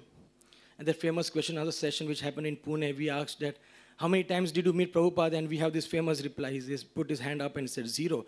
And here is a person who has actually not interacted with Prabhupada personally, but Prabhupada could extract such unimaginable surrender from this person. And not only Niranjan Swami, I mean, we have so many of the disciples. Radhanath Swami Maharaj, Prabhupada gave instruction, New Vrindavan, let there be Vrindavan here. And desire continued. I heard the stories from Gaurang Prabhu, how Maharaj was so desirous, 10 years, 20 years, but then finally, we have something manifesting in Govardhan Eco Village. So somebody who can really extract such amazing surrender from his disciples, another a very special quality. Glorious are you, Prabhupada, who could extract such surrender. And of course, needless to say, glorious are your disciples who are so amazingly surrendered to you that even after years, decades and decades of your physical absence, in my understanding, their surrender only increases day by day. And this is most amazing to me. Materially, we cannot explain this. So I seek that I can become a sold-out servant of my spiritual master and try to serve him and serve your other disciples in the way to assist you in this mission of spreading Lord Chaitanya's mission. Thank you, Srila Prabhupada. Hare Krishna.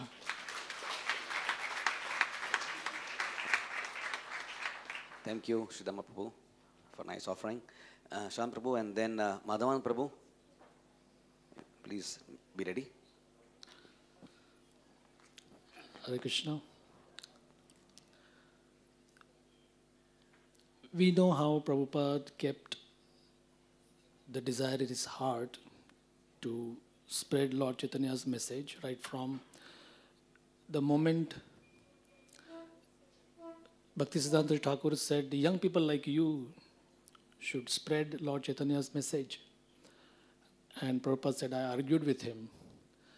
In one class, he said, actually, I was in Maya. And of course, Radhanath Maharaj, when he was giving that class, he said, none of us believed him, but he felt like that. and then became the 4-decade-long wait. Just ask whoever he meets that, do you know somebody in the West? I'm supposed to go there and preach in the English language. And then the 3 volumes of the first canto of Srimad Bhagavatam, then the meeting with Sumati Morarji, and then the momentous voyage, heart attacks, and finally landing in New York, and then in Butler, Pennsylvania with the Agarwal family. But he knew that he was not supposed to be in a middle-class American's home, just staying in the YMCA and giving some classes. So almost within a year, he comes to New York. And while he was on the Jaladuta, he had this vision where Lord Krishna, with all his incarnations, was in charge of the boat. And he knew that Krishna would help me. Now here is something how Krishna actually orchestrated few things just behind the curtain. There are 3 aspects. One is a legal, second is a religious, and third is a social one. Satyaraj Prabhu, who is a historian and a very prolific writer, he compiled these things in his book called Just a Mentor, a few essays on Prabhupada's life. So we'll take the legal one first. 1924, the American politicians were so angered by Punjabis coming from India in such large numbers that they enacted an act which prohibited Indians from emigrating to America.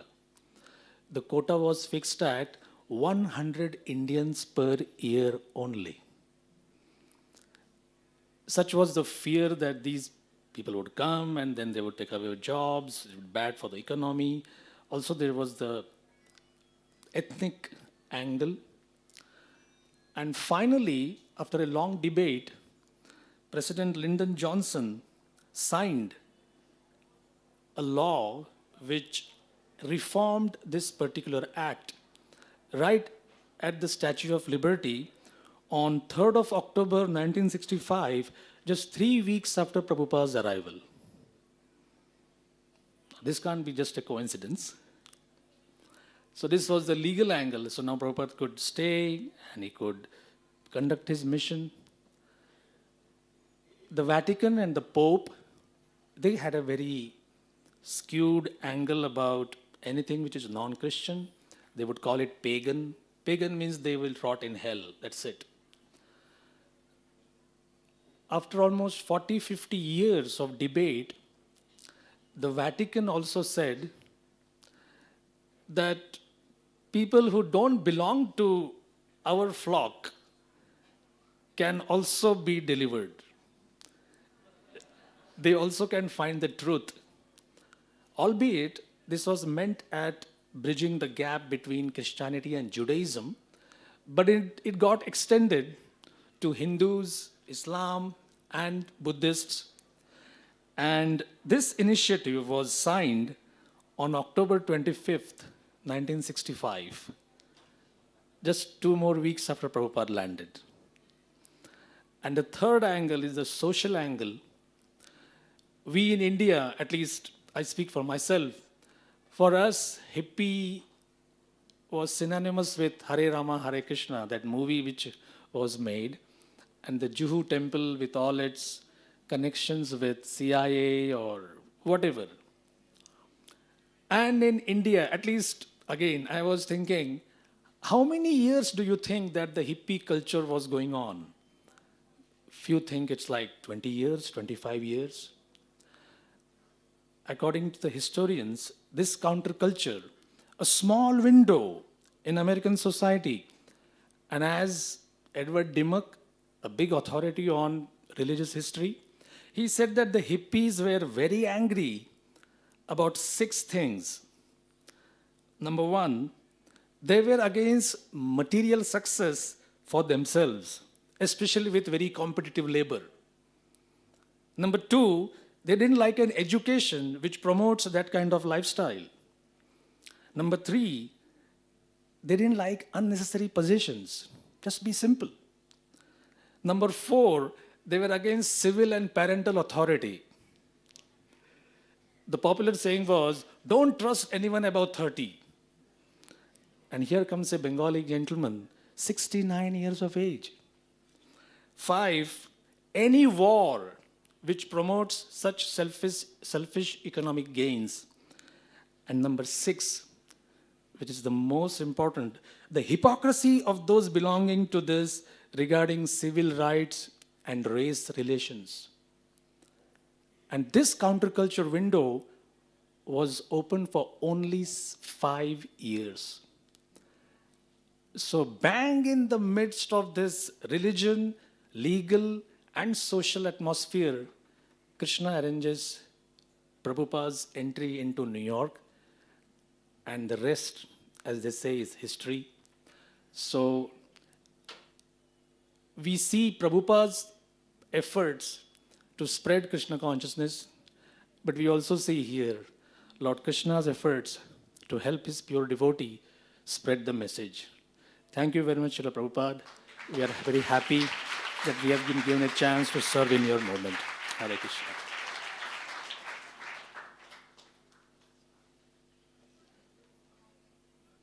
So we have Madhavan Prabhu to make his offering, and then finally we'll have Gaurang Prabhu to end today's this thing. And then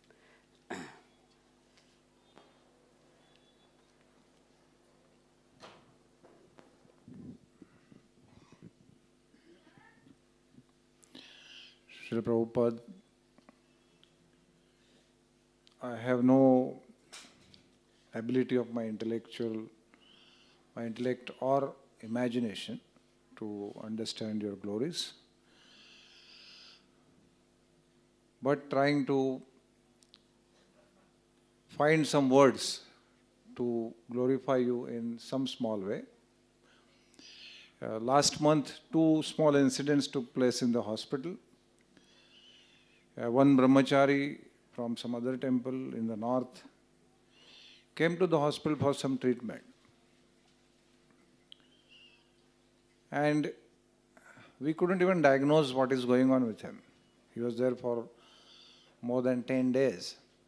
But every day, I don't know him. I didn't know him, now I know him. He would come and tell me that I'm finding such love here. No one is talking to him every day, nothing is happening. But he's just glorifying the hospital every day, coming to me. So I find this mood of Prabhupada's family here. So I feel like I should be all the time sick. Now this is a small incident. Now last week, one of our spiritual care assistants, she told us that one small child is admitted, and this Hindi belt lady, she speaks Hindi. She told when our spiritual care assistant goes to them and tells about the spiritual care. So she says that I want to meet this man, Prabhupada. On the book, Prabhupada is there. So I want to meet this man. How I can meet him? So the spiritual care assistant asked, why you want to meet him? He's not here. So last July 1st week I was here with my daughter, another daughter who was 10 years old. And we saw him. He was going from the entrance, he came in and he went with 4 or 5 foreigners. I don't know what the foreigners were doing with him. And they're all putting flowers on him, and he was looking here, there. Very happily he went around. Now, this has happened right in the broad daylight. It's not a dream. They're sitting in the outpatient department. And the daughter says, see this person, this Swamiji who sits in that chair, right in the middle of the hospital's entrance. And she said that I don't actually respect so much of sadhus, But when I saw him so effulgent, now I feel like meeting him.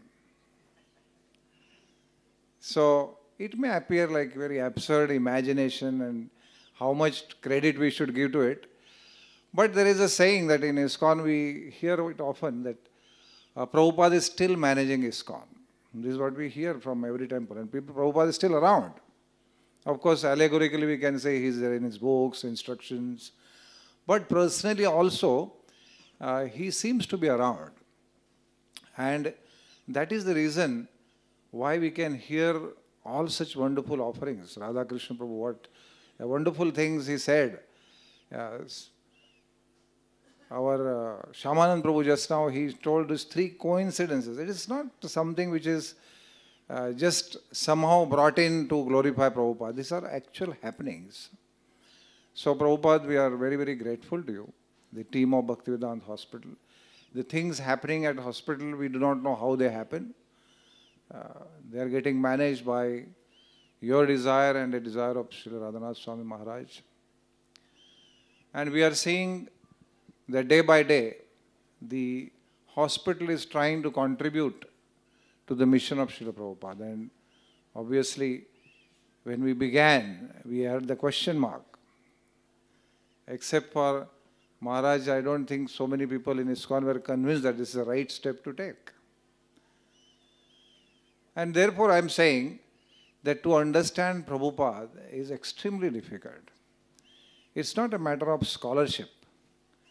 It's a matter of revelation. How Prabhupada reveals himself. Because by scholarship we can quote Prabhupada and judge people. Like Sridhama Prabhu wonderfully said. Prabhupada's mood, like last month we had this nice seminar by Radha Gopinath Prabhu on mood of Radha Gopinath temple. And I was thinking, what is this mood of Radha Gopinath? It is a mood of Radhanath Swami Maharaj. And what is mood of Radhanath Swami Maharaj? It is mood of Prabhupada. So that mood has to be revealed inside, because externally we can judge many people quoting Prabhupada. We can quote Prabhupada and tell somebody, you're right, you're wrong. But Prabhupada himself was representing the mood of his guru, the parampara. Today morning I was hearing one other very beautiful offering by one lady at Radha Girdhari Temple, Mera Road. She was saying how Prabhupada was so kind and non-judgmental. That one sannyasi disciple, he was actually in affair with an external lady. She was not even a devotee. And when he came, Prabhupada got them married. And he gave Diksha to the wife also. And somehow kept him with him. So this is how Prabhupada's, that compassion, love was extended to all the people. And we are very grateful as team of Bhaktivedanta Hospital that you are extending Srila Prabhupada all your mercy. And because of that mercy, we can see that today things are taking beautiful shape. Right now we have embarked on a new building and it is getting completed very soon. Hopefully by January 2020 we should be ready. It will add few more beds, almost 100 beds, so that we can serve more population. We have many research projects coming in through the spiritual care. That was Prabhupada's desire, that scientifically we should present Krishna consciousness. And there is a wonderful opportunity in the hospital that scientifically we can show how spiritual care affects the health outcome of a person. For your knowledge, there is a beautiful book which actually has proven that one who is regularly praying, at least once in a week, simple, once in a week, his lifespan is extended by 7 years. This is a book. 7 years he lives longer. So, these are things which we need to prove by data. Today everyone questions, where is the data? What is the proof? So that spiritual care research and many other research are going on in the hospital. Many things happen, we don't even know why they happen. When we started the hospital, we didn't know that someday In the hospital, there will be people who will be called as Haribols. And what used to happen is, everyone used to call, Haribol, come here, Haribol, come here. So some of the nurses, they are not the devotees, they thought, Inka naam Haribol hai. So now when there is a task given, say for example, you have to go to Pandharpur camp, then they write manpower requirement, then 2 doctors, 3 nurses, and 7 Haribols. So why this happened? Well, Prabhupada has a desire to take it in a particular way. So I am saying that Prabhupada, really we don't know, but at least I can't understand what is your mercy, what is the greatness, extent of your mercy, compassion, love. It is simply impossible to understand. Only when we serve you, slowly, day by day, one day it will be revealed to us what is your mood.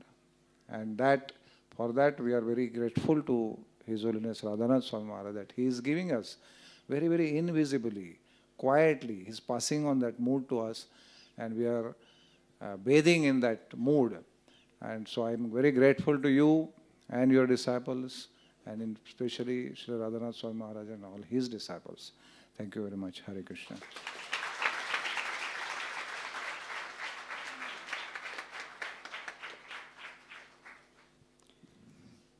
One time, Srila Prabhupada was at the Heathrow airport, and one reporter asked him, "What is your mission, sir?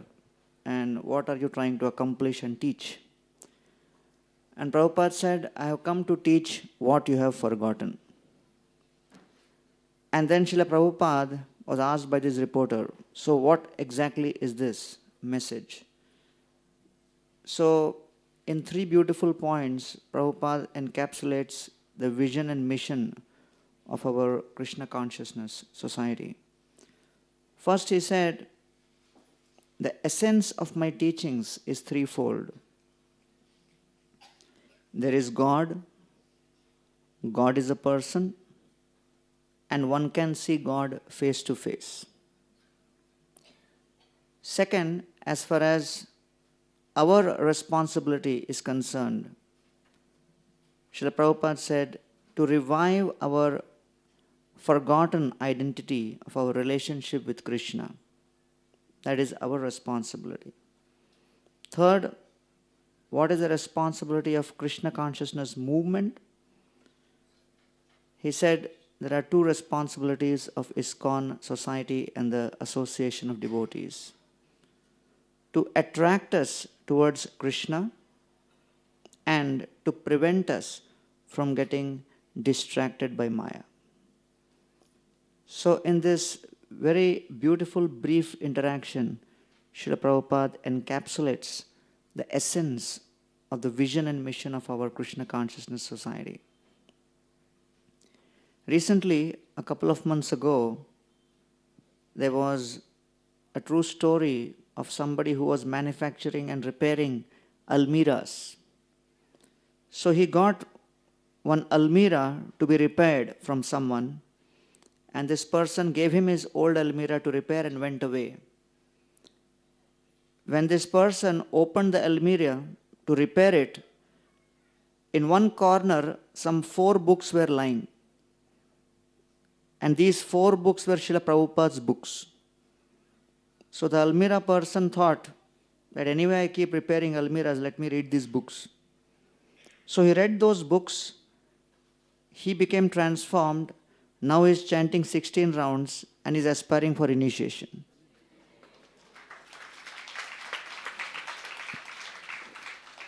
So for the first time, something in the almira repaired him and transformed him. On 26th of February this year was a very historic occasion. There is something known as the Astounding Bhagavad-Gita, which was created by Madhusevit Prabhu from BBT Europe. And this Astounding Bhagavad-Gita height is 2.8 meters tall, 670 pages, and 800 kilogram in weight. And this is the largest single religious book in the whole planet, and this was produced by the BBT.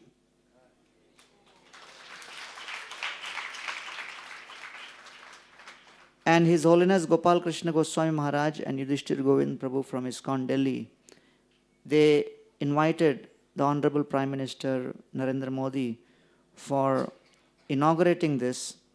And in his speech, he mentioned that all of you who are associated with ISKCON have dedicated your full energy and creativity to make this Gita happen. He also said that this Gita is the symbol of the dedication and devotion of the followers of Krishna and Srila Prabhupada. So that was a very beautiful occasion where all of us participated, including His Holiness Radhanath Maharaj was there. And now if you go to ISKCON Delhi, you can actually see that beautiful Bhagavad Gita, which is a symbol of Srila Prabhupada's contribution. The gigantic size is because people in Kali Yuga are typically gross and they do not understand the size of the message, but they see the size of the structure.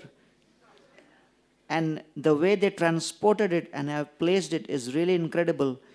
And I recommend that if any of you happen to be in Delhi, please do visit and have a darshan of this beautiful Bhagavad Gita. But that notwithstanding, in the last 50 years, Srila Prabhupada's Bhagavad Gita and books based on the Bhagavad Gita have been sold by his devotees all over the world. And you'll be happy to know that in the last 50 years, ISKCON has distributed more than 50 crore literatures of Srila Prabhupada all over the world.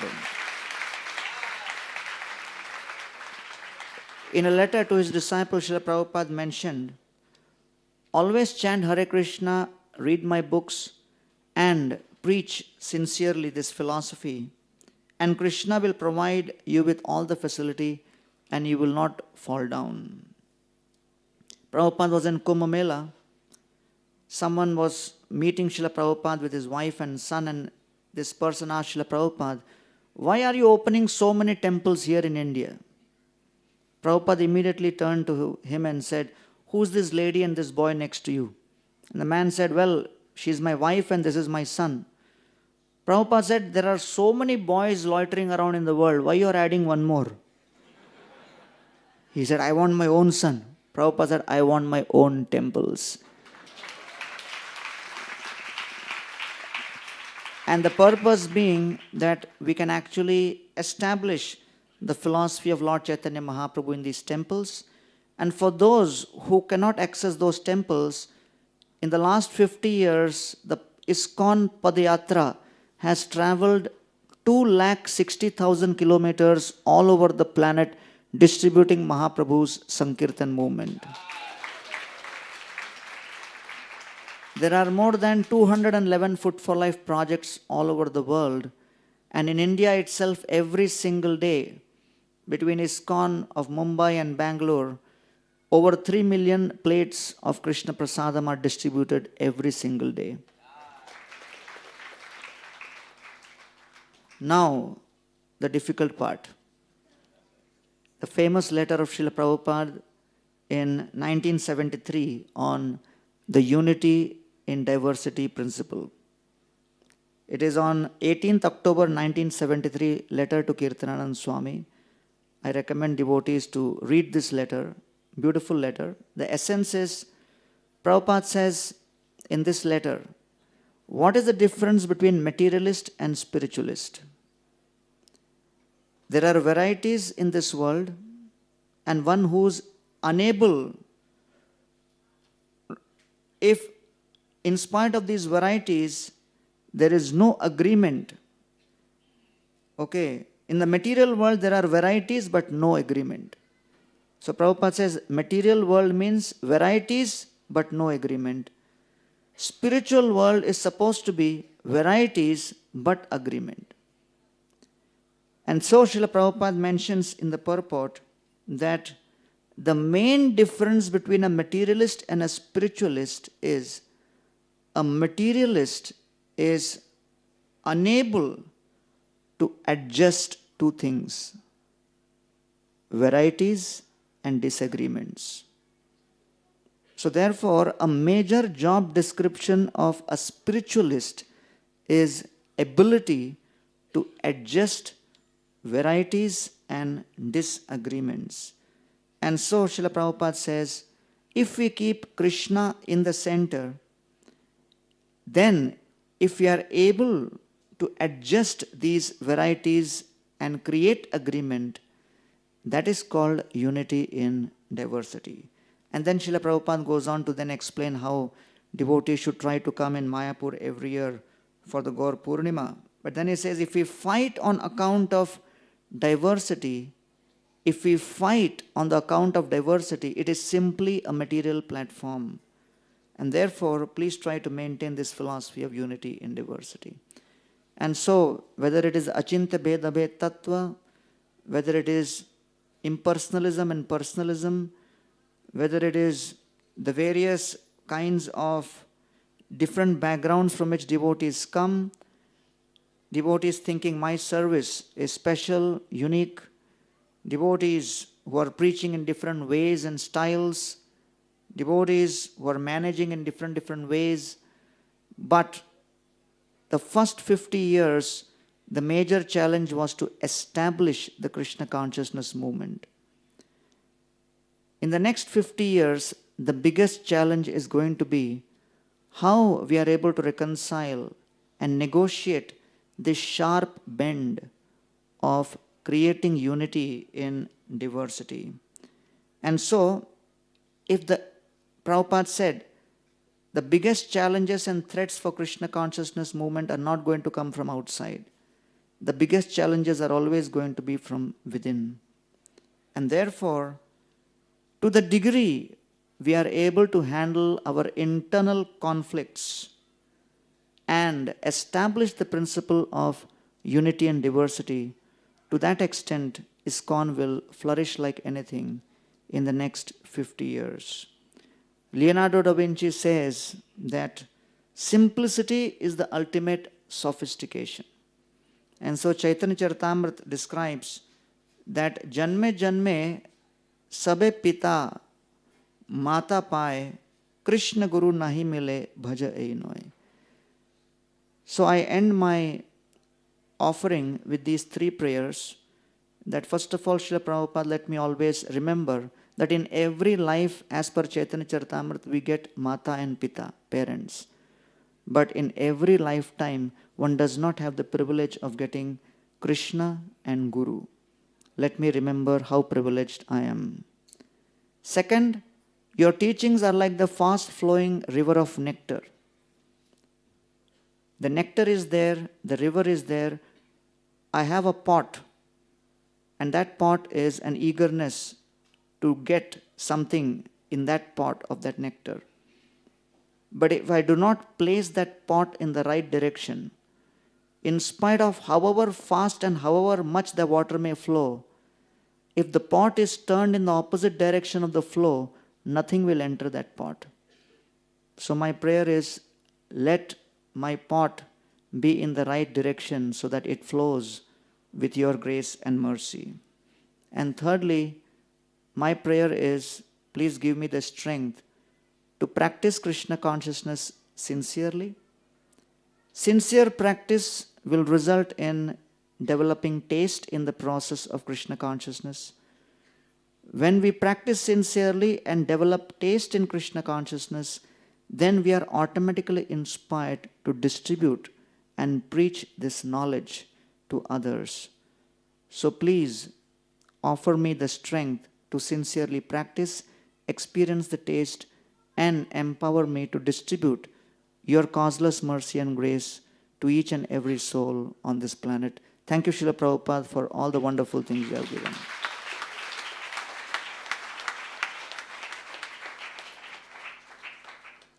Thank you, Gaurang Prabhu, for giving us a vision for the future.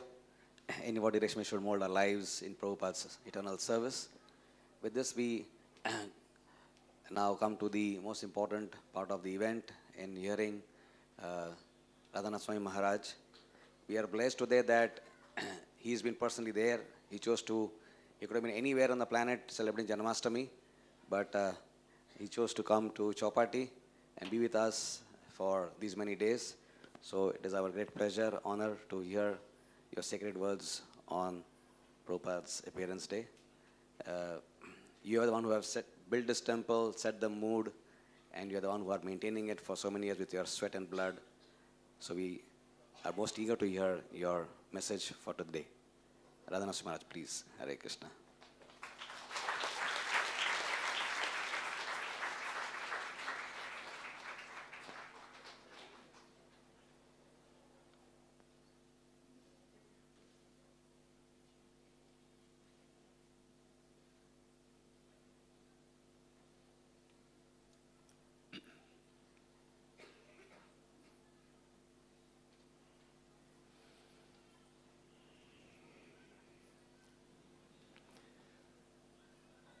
Nama Om Vishnu Padaya Krishna Prishtaya Bhutale Srimate Bhaktivedanta Swami Niti Namine Namaste Saraswati Deve Gauravani Pracharine Nirbhishesha Shunyavadi Pashchatyate Shatarane Vansha Kalpatarubhyascha Kripa Sindhubhya Evacha Patitanam Bhavanibhyo Vaishnavebhyo Namo Namaha Sri Krishna Chaitanya Prabhu Nityananda Sri Advaita Gadadhara Shivasadi Gaura Bhakta Vrinda Hare Krishna Krishna Krishna Hare Hare Hare Rama Rama Rama Hare. I am very grateful to each and every one of you for being here this evening to celebrate and offer our heartfelt gratitude to His Divine Grace, A.C. Bhaktivedanta Swami Prabhupada. Recently, while listening to a recording of Srila Prabhupada, he said,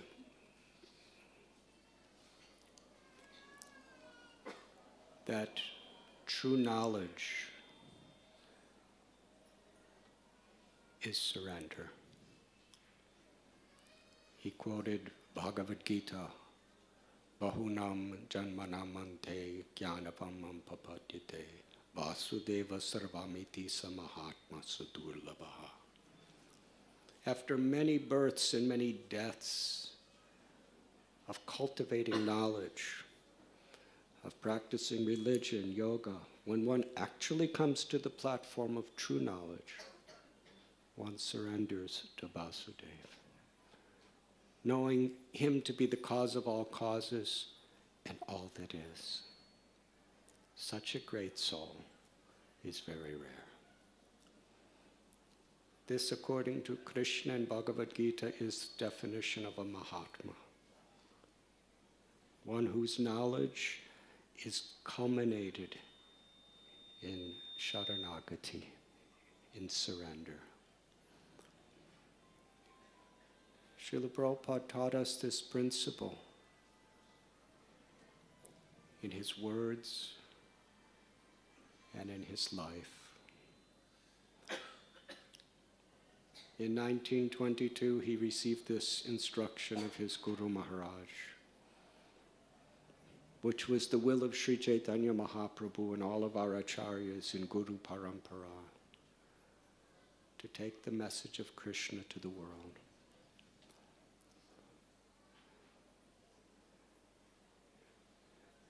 On the Jaladuta, when just about to enter into the United States of America, Prabhupada wrote his prayers to Krishna. They were prayers of pure surrender. What is surrender? We can get a real glimpse by studying the Jaladuta prayers.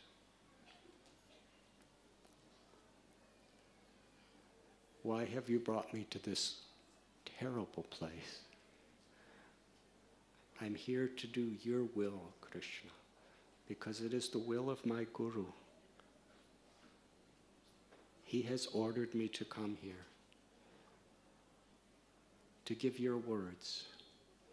Unless you give me your words, no one can understand me. Unless you give them the ability to understand, I cannot do this. I'm your puppet. I'm an insignificant beggar.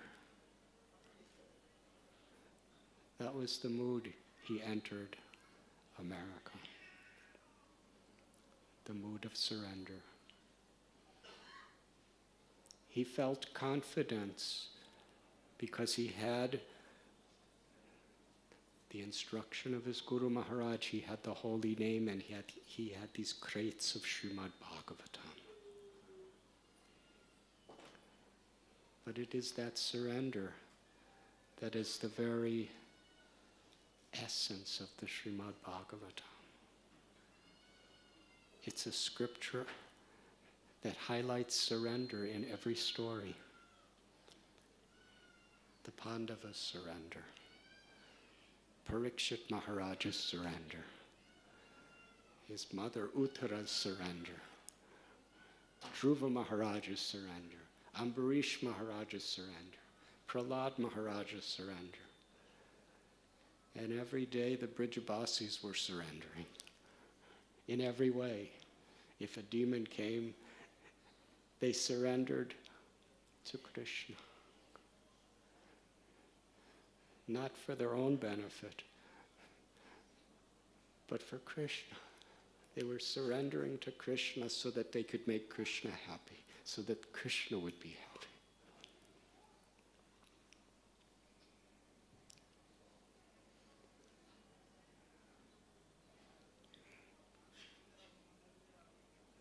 When Srila Prabhupada was living in New York City,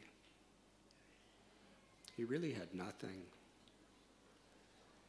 And all of his attempts seemed to fail.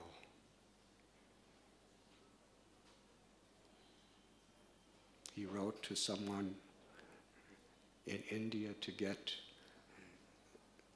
some donation to build a temple, and he found the place, and he was so happy about it. There's actually a lecture in between the time he sent that letter and he got the reply.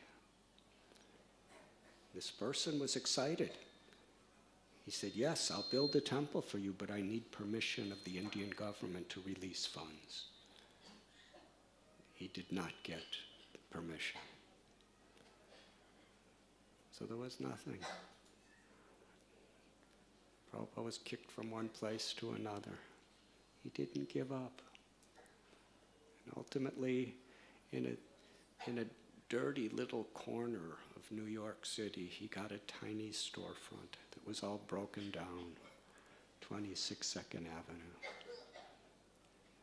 And Prabhupada declared that to be the international headquarters of the International Society for Krishna Consciousness. He just wouldn't give up. I was recently with one of Srila Prabhupada's very dear beloved servants, Pradyumna Prabhu. He was telling me, it was around 1968,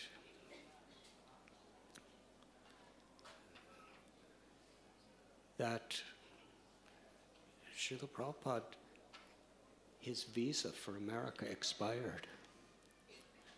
He had to leave the country. And he went to Canada, Montreal. And the devotees were trying so hard, month after month after month, to try to get another visa for Srila Prabhupada, but it was being rejected at every stage. So when months passed, Pradyumna Prabhu was there with Prabhupada. He said Prabhupada called the president of the little temple in Montreal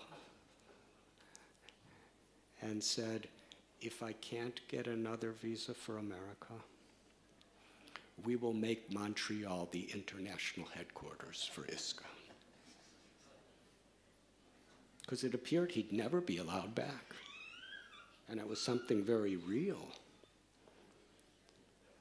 Nothing discouraged Srila Prabhupada. No material circumstance. He was willing, he went to America to start his movement.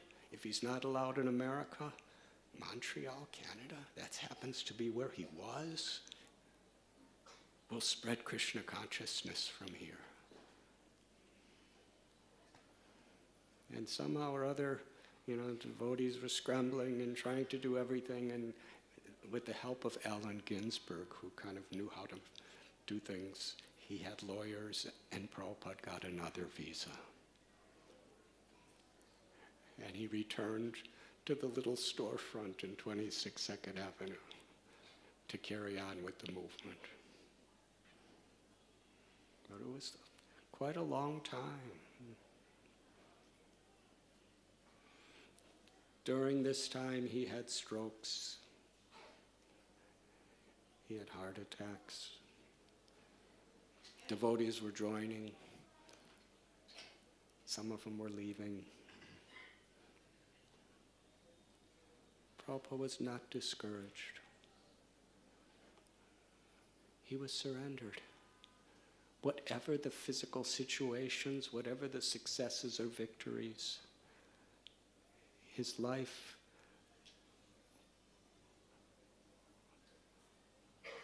was to give Krishna consciousness. His life was his Guru's heart.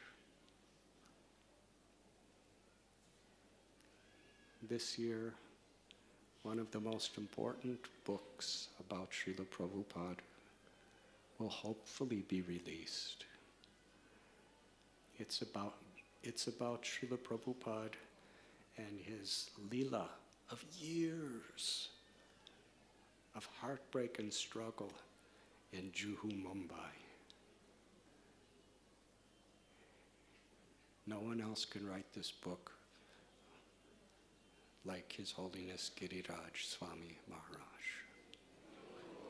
because he was there from the beginning to the culmination. Years passed, and everything seemed to be going the wrong direction at every step. Srila Prabhupada had a handful of helpers, followers from the West, practically no one from India. They didn't know how things worked here. They were easily swayed by situations. There was poverty. They had no money. Most powerful people of the city, both in the media, in the government, in the mafia, were all totally against Prabhupada's temple being built there. But Srila Prabhupada, at the very beginning, he put the deities of Radha Ras Bihari in a little shack and made a promise to them. I'm going to build the temple for you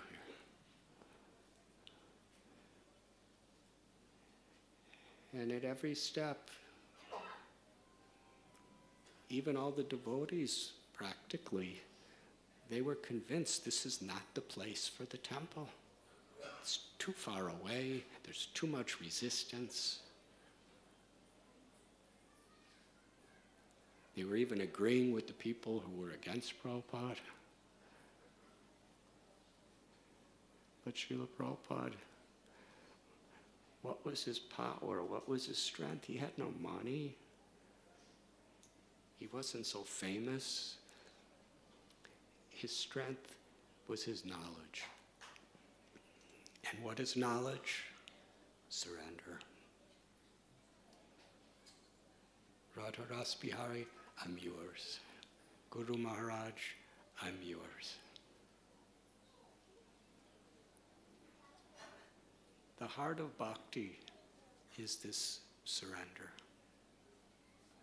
We could think we know, But Krishna tells us very clearly in Gita, ye yata mam prapadyante tam stataiva bhajamyaham mama vartmanumartante manushya bharata sarvash. Krishna tells, as you surrender to me, I reveal myself accordingly to you. Vedaishcha sarveraham eva vedyo vedanta grid veda vedeva cha. Knowledge, Veda, is to know Krishna. And Krishna tells, you know me in proportion to how much you surrender. So we could quote slokas, we can cite histories, we could accumulate many people who adore us and follow us. And those things can be something very valuable, but they don't help us know Krishna unless there's surrender. Krishna reveals according to Sharanagati. And this was the essence of Prabhupada's devotion. Because in bhakti, prema, love, is the surrender of our hearts for the pleasure of our beloved, of Krishna. And that was, Srila Prabhupada demonstrated that was through the order of the spiritual master. We have heard this story when Prabhupada was in Shantipur, and he told that pujari, my Guru Maharaj has given me an impossible instruction. He was 69 years old, he had nothing, only a little ticket on a cargo ship. He said, my Guru Maharaj has told me to spread Lord Chaitanya's message in the English language all over the world. Prabhupada never met an American in his life until he reached America. Even the captain of the ship, Pandey, he was an Indian gentleman.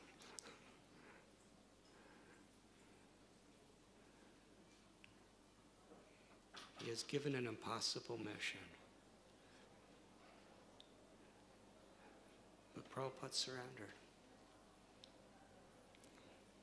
We cannot imitate that. But the very basis of bhakti is that example. We put our own conditioned ideas, desires in harmony. Not that we leave those behind, because we can't. We have our natures, gunas and karmas. We have our conditionings. But we harmonize all of those in the spirit of surrender. Samsiddhir haditoshanam. For Krishna's pleasure. Srila Prabhupada, as has been said today, at the closing chapter of his physical presence in this world, he especially focused on giving us the urgent understanding of the need to cooperate. This idea of unity in diversity.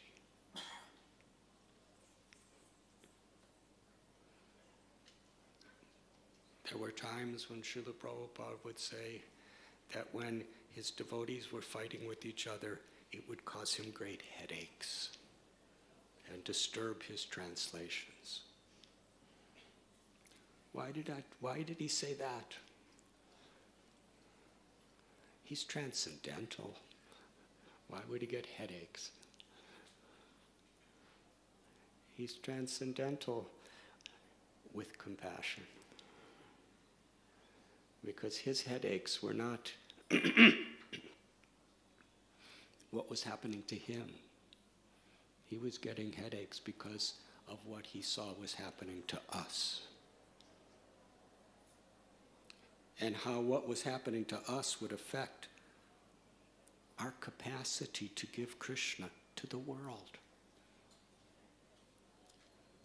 His headache was a headache of compassion for every living being who he wanted to be a candidate to receive Krishna consciousness. Srila Prabhupada, on the disappearance day of his Guru Maharaj, Srila Bhaktisiddhanta Saraswati Thakur Prabhupada, would often say, I am entrusting this mission to all of you.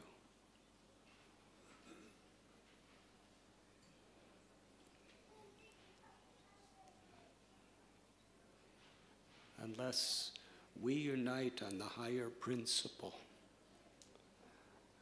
of surrender, putting Krishna in the center, putting the instructions of Srila Prabhupada in the center of our relationships and in our lives. You see, surrender is not according to our interpretation. Surrender is according to the standards that Krishna has given us. And that's why Guru Parampara is so sacred and important, because it gives us a very clear understanding of what surrender is. If we open our hearts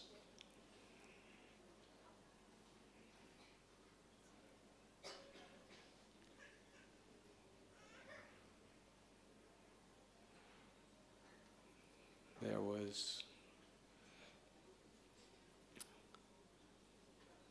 a talk of Srila Prabhupada that I recently heard.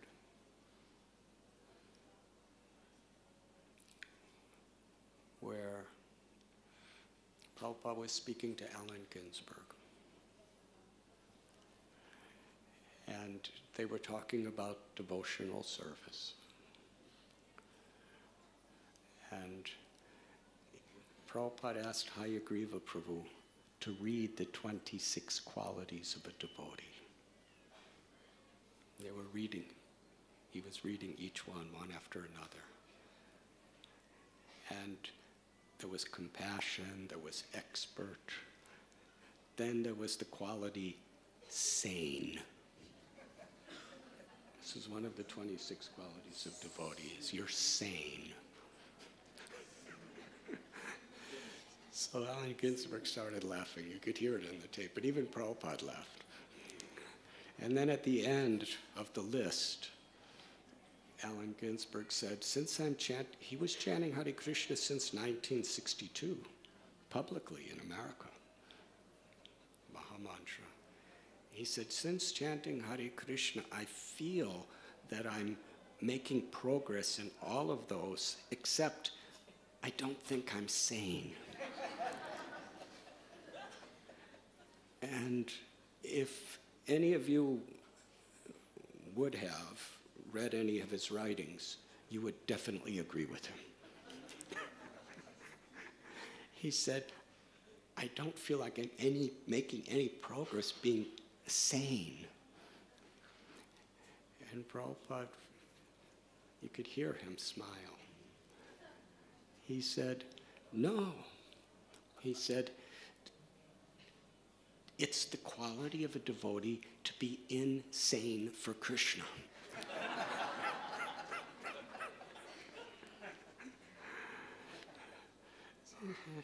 So he was encouraging him. In every way, he was encouraging him. Prabhupada said to him, you are, in a certain part of this conversation, you are blessed by Krishna in a very special way. You are not an ordinary person. And Allen Ginsberg said, I don't deserve to be spoken about like that from you. And Prabhupada said, no, I know you are not an ordinary person. You are blessed. And Allen said, well, I did recently give up smoking cigarettes. But that's only because I got in an auto crash and my doctors told me I had to. He said, but I do still eat meat. So what do you say about that? Prabhupada said, you come and bring your friend, Peter. He said, you come, both of you, come and live with me in Vrindavan for 3 months, and you will forget all about eating meat.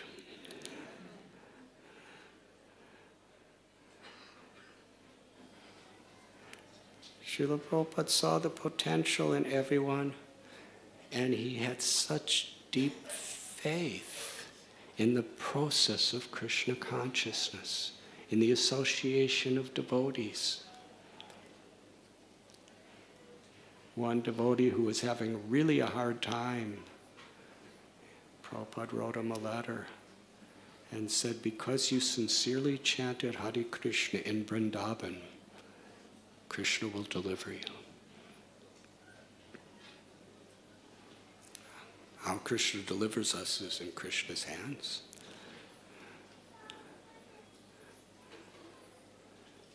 That faith was his surrender.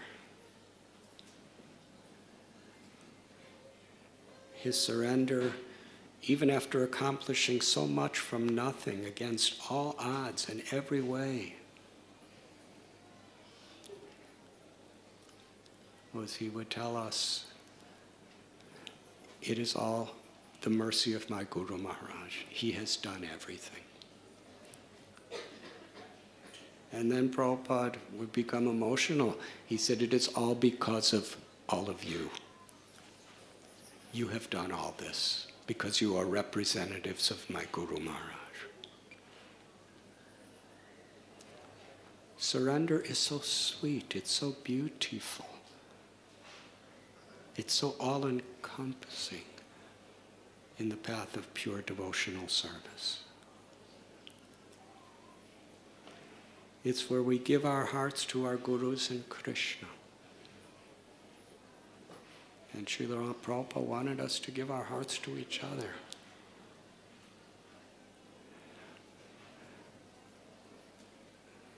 So many of my god brothers and god sisters have departed from this world. At Govardhan Eco Village we have a shrine which is a memorial for departed Vaishnavas within our own congregation and among Gaudiya Math leaders as well as Srila Prabhupada's disciples.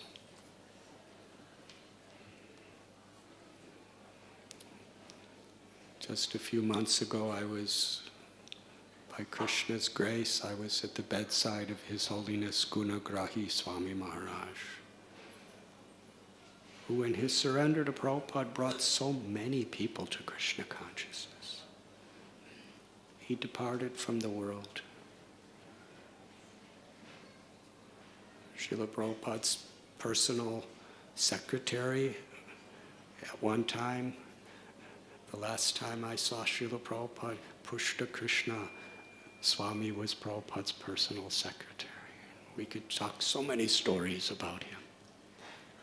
He just passed away from this world.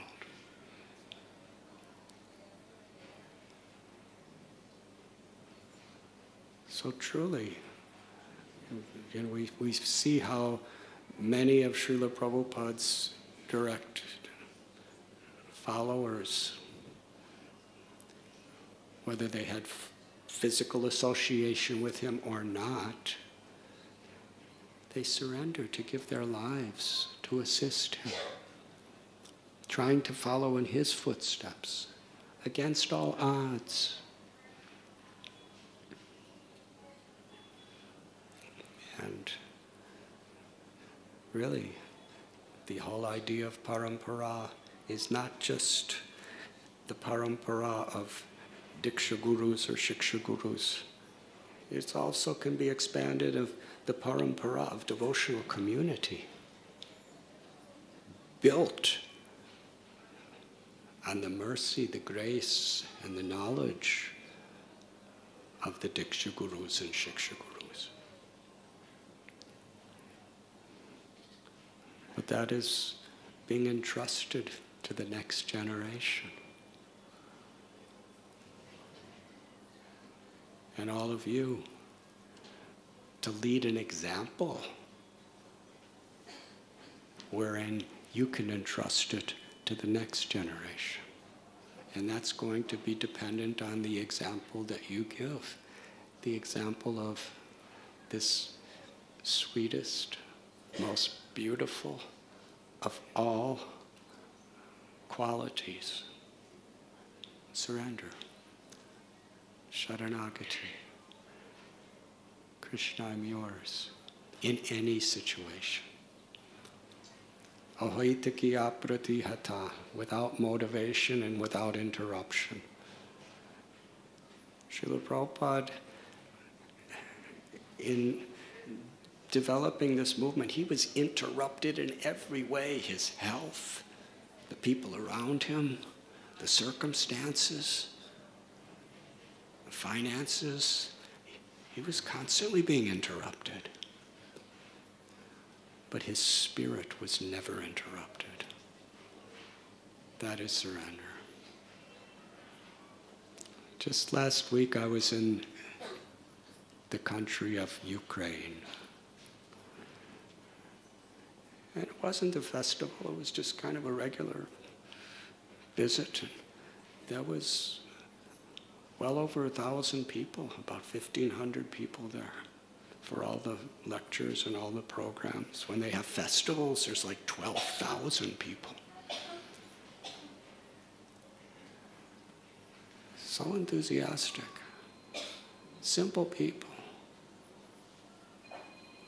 And I was just thinking, what was the seed that gave these people, what to speak of Lithuania and Latvia and Russia and Kazakhstan and Uzbekistan? There's hundreds and thousands of people becoming devotees in those countries.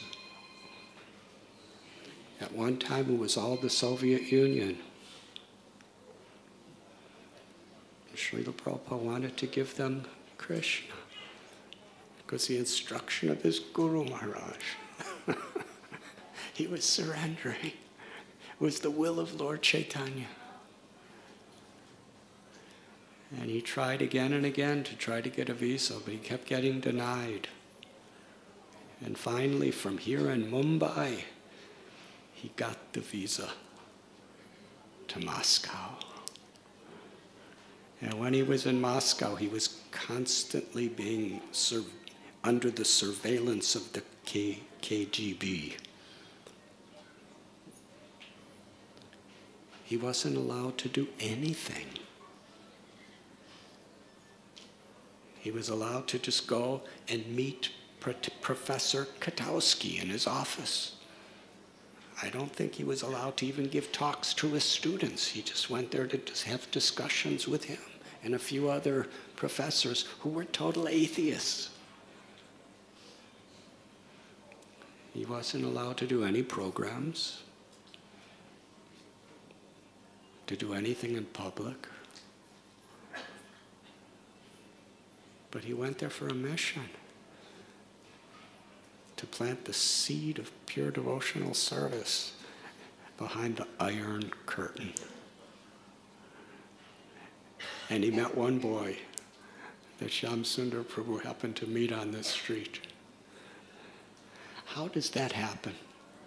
How does that one boy happen to be on the street when Shyam Sundar's walking around? I don't even think Shyam Sundar was wearing a dhoti. I have to ask him. Why did that boy approach him? I guess he just saw he was an American or something. But he brought that boy to see Prabhupada. And Prabhupada had 2 days to make him a devotee, to inspire his heart with the mission of Lord Chaitanya. And how that boy, Ananta Shanti Prabhu, how he had to surrender against all odds.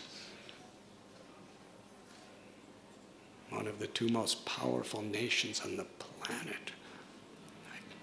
He was underground against their laws. to talk about love. It wasn't legal.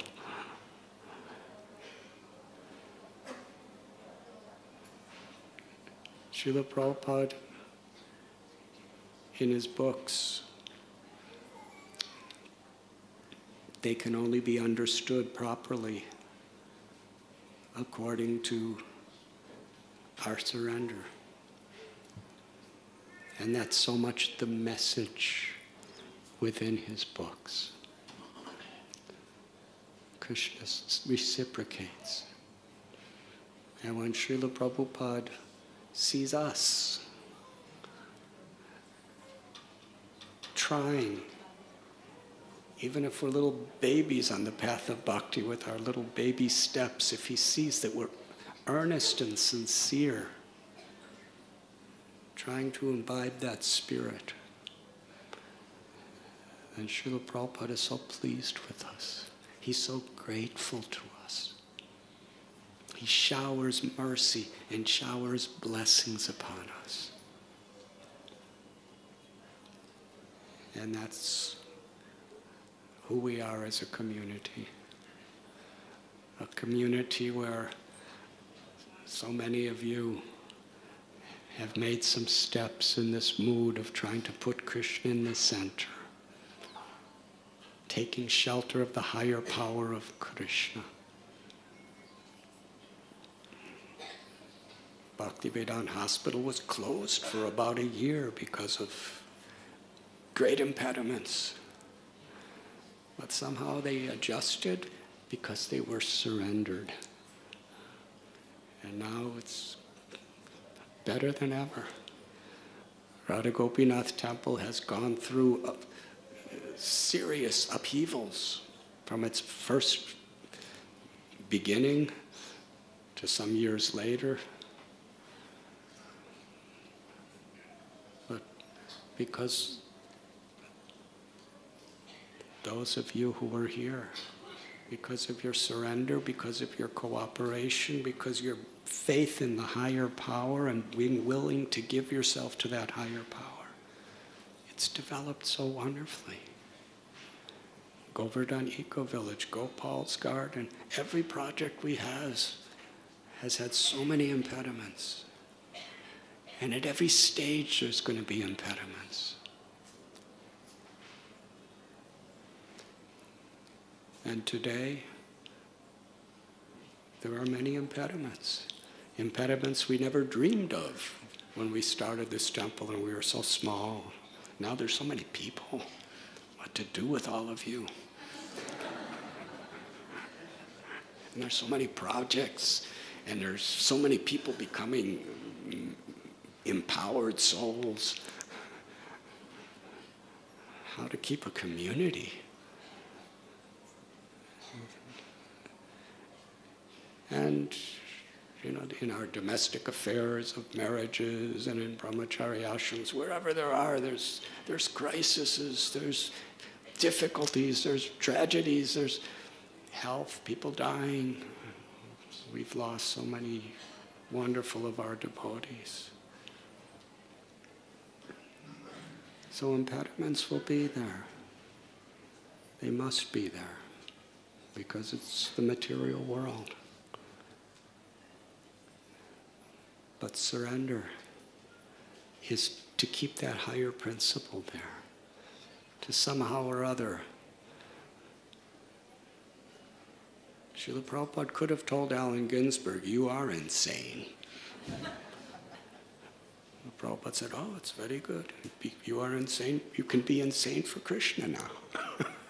You're insane, dovetail it toward Krishna. Srila Prabhupada, as it was said, he didn't compromise.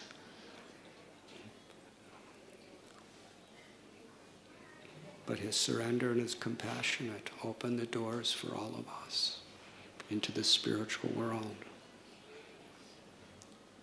So at this time, within our community here, within our movement, there's impediments, there's challenges that always kind of seem impossible. And we could feel like we just want to give up. what can I do? Too much this and too much that. I don't want to be involved. But Srila Prabhupada taught us by his life. Mahajano Yenagata Sapanta. He taught us the life of all the people of Srimad Bhagavatam, all the great acharyas, all the great people. He taught us their spirit. That whatever difficulties are there, whatever we have or don't have, the spirit of surrender,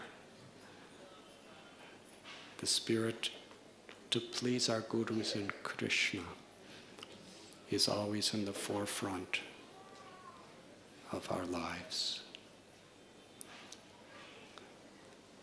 This gift Srila Prabhupada has given us. He's given us his books, and he's given us, as our founder Acharya, the example of how to get Krishna, how to receive true knowledge. And I'll conclude with Srila Prabhupada's statement, knowledge means surrender. Doesn't mean what we know, it means how we love Krishna. This is Prabhupada's gift. My sincerest, humble request is entrusting this gift to all of you to share this knowledge with each other and with the world. Thank you very much.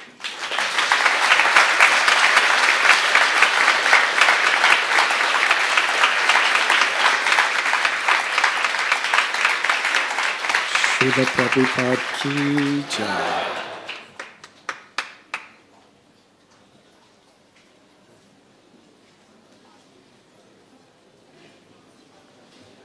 Thank you, Radhanath Maharaj, for those blessed words of deep spiritual wisdom, which we hope and pray on today's day they can take very deeply into our hearts and configure our lives in the path which we have just mentioned. We shall now have the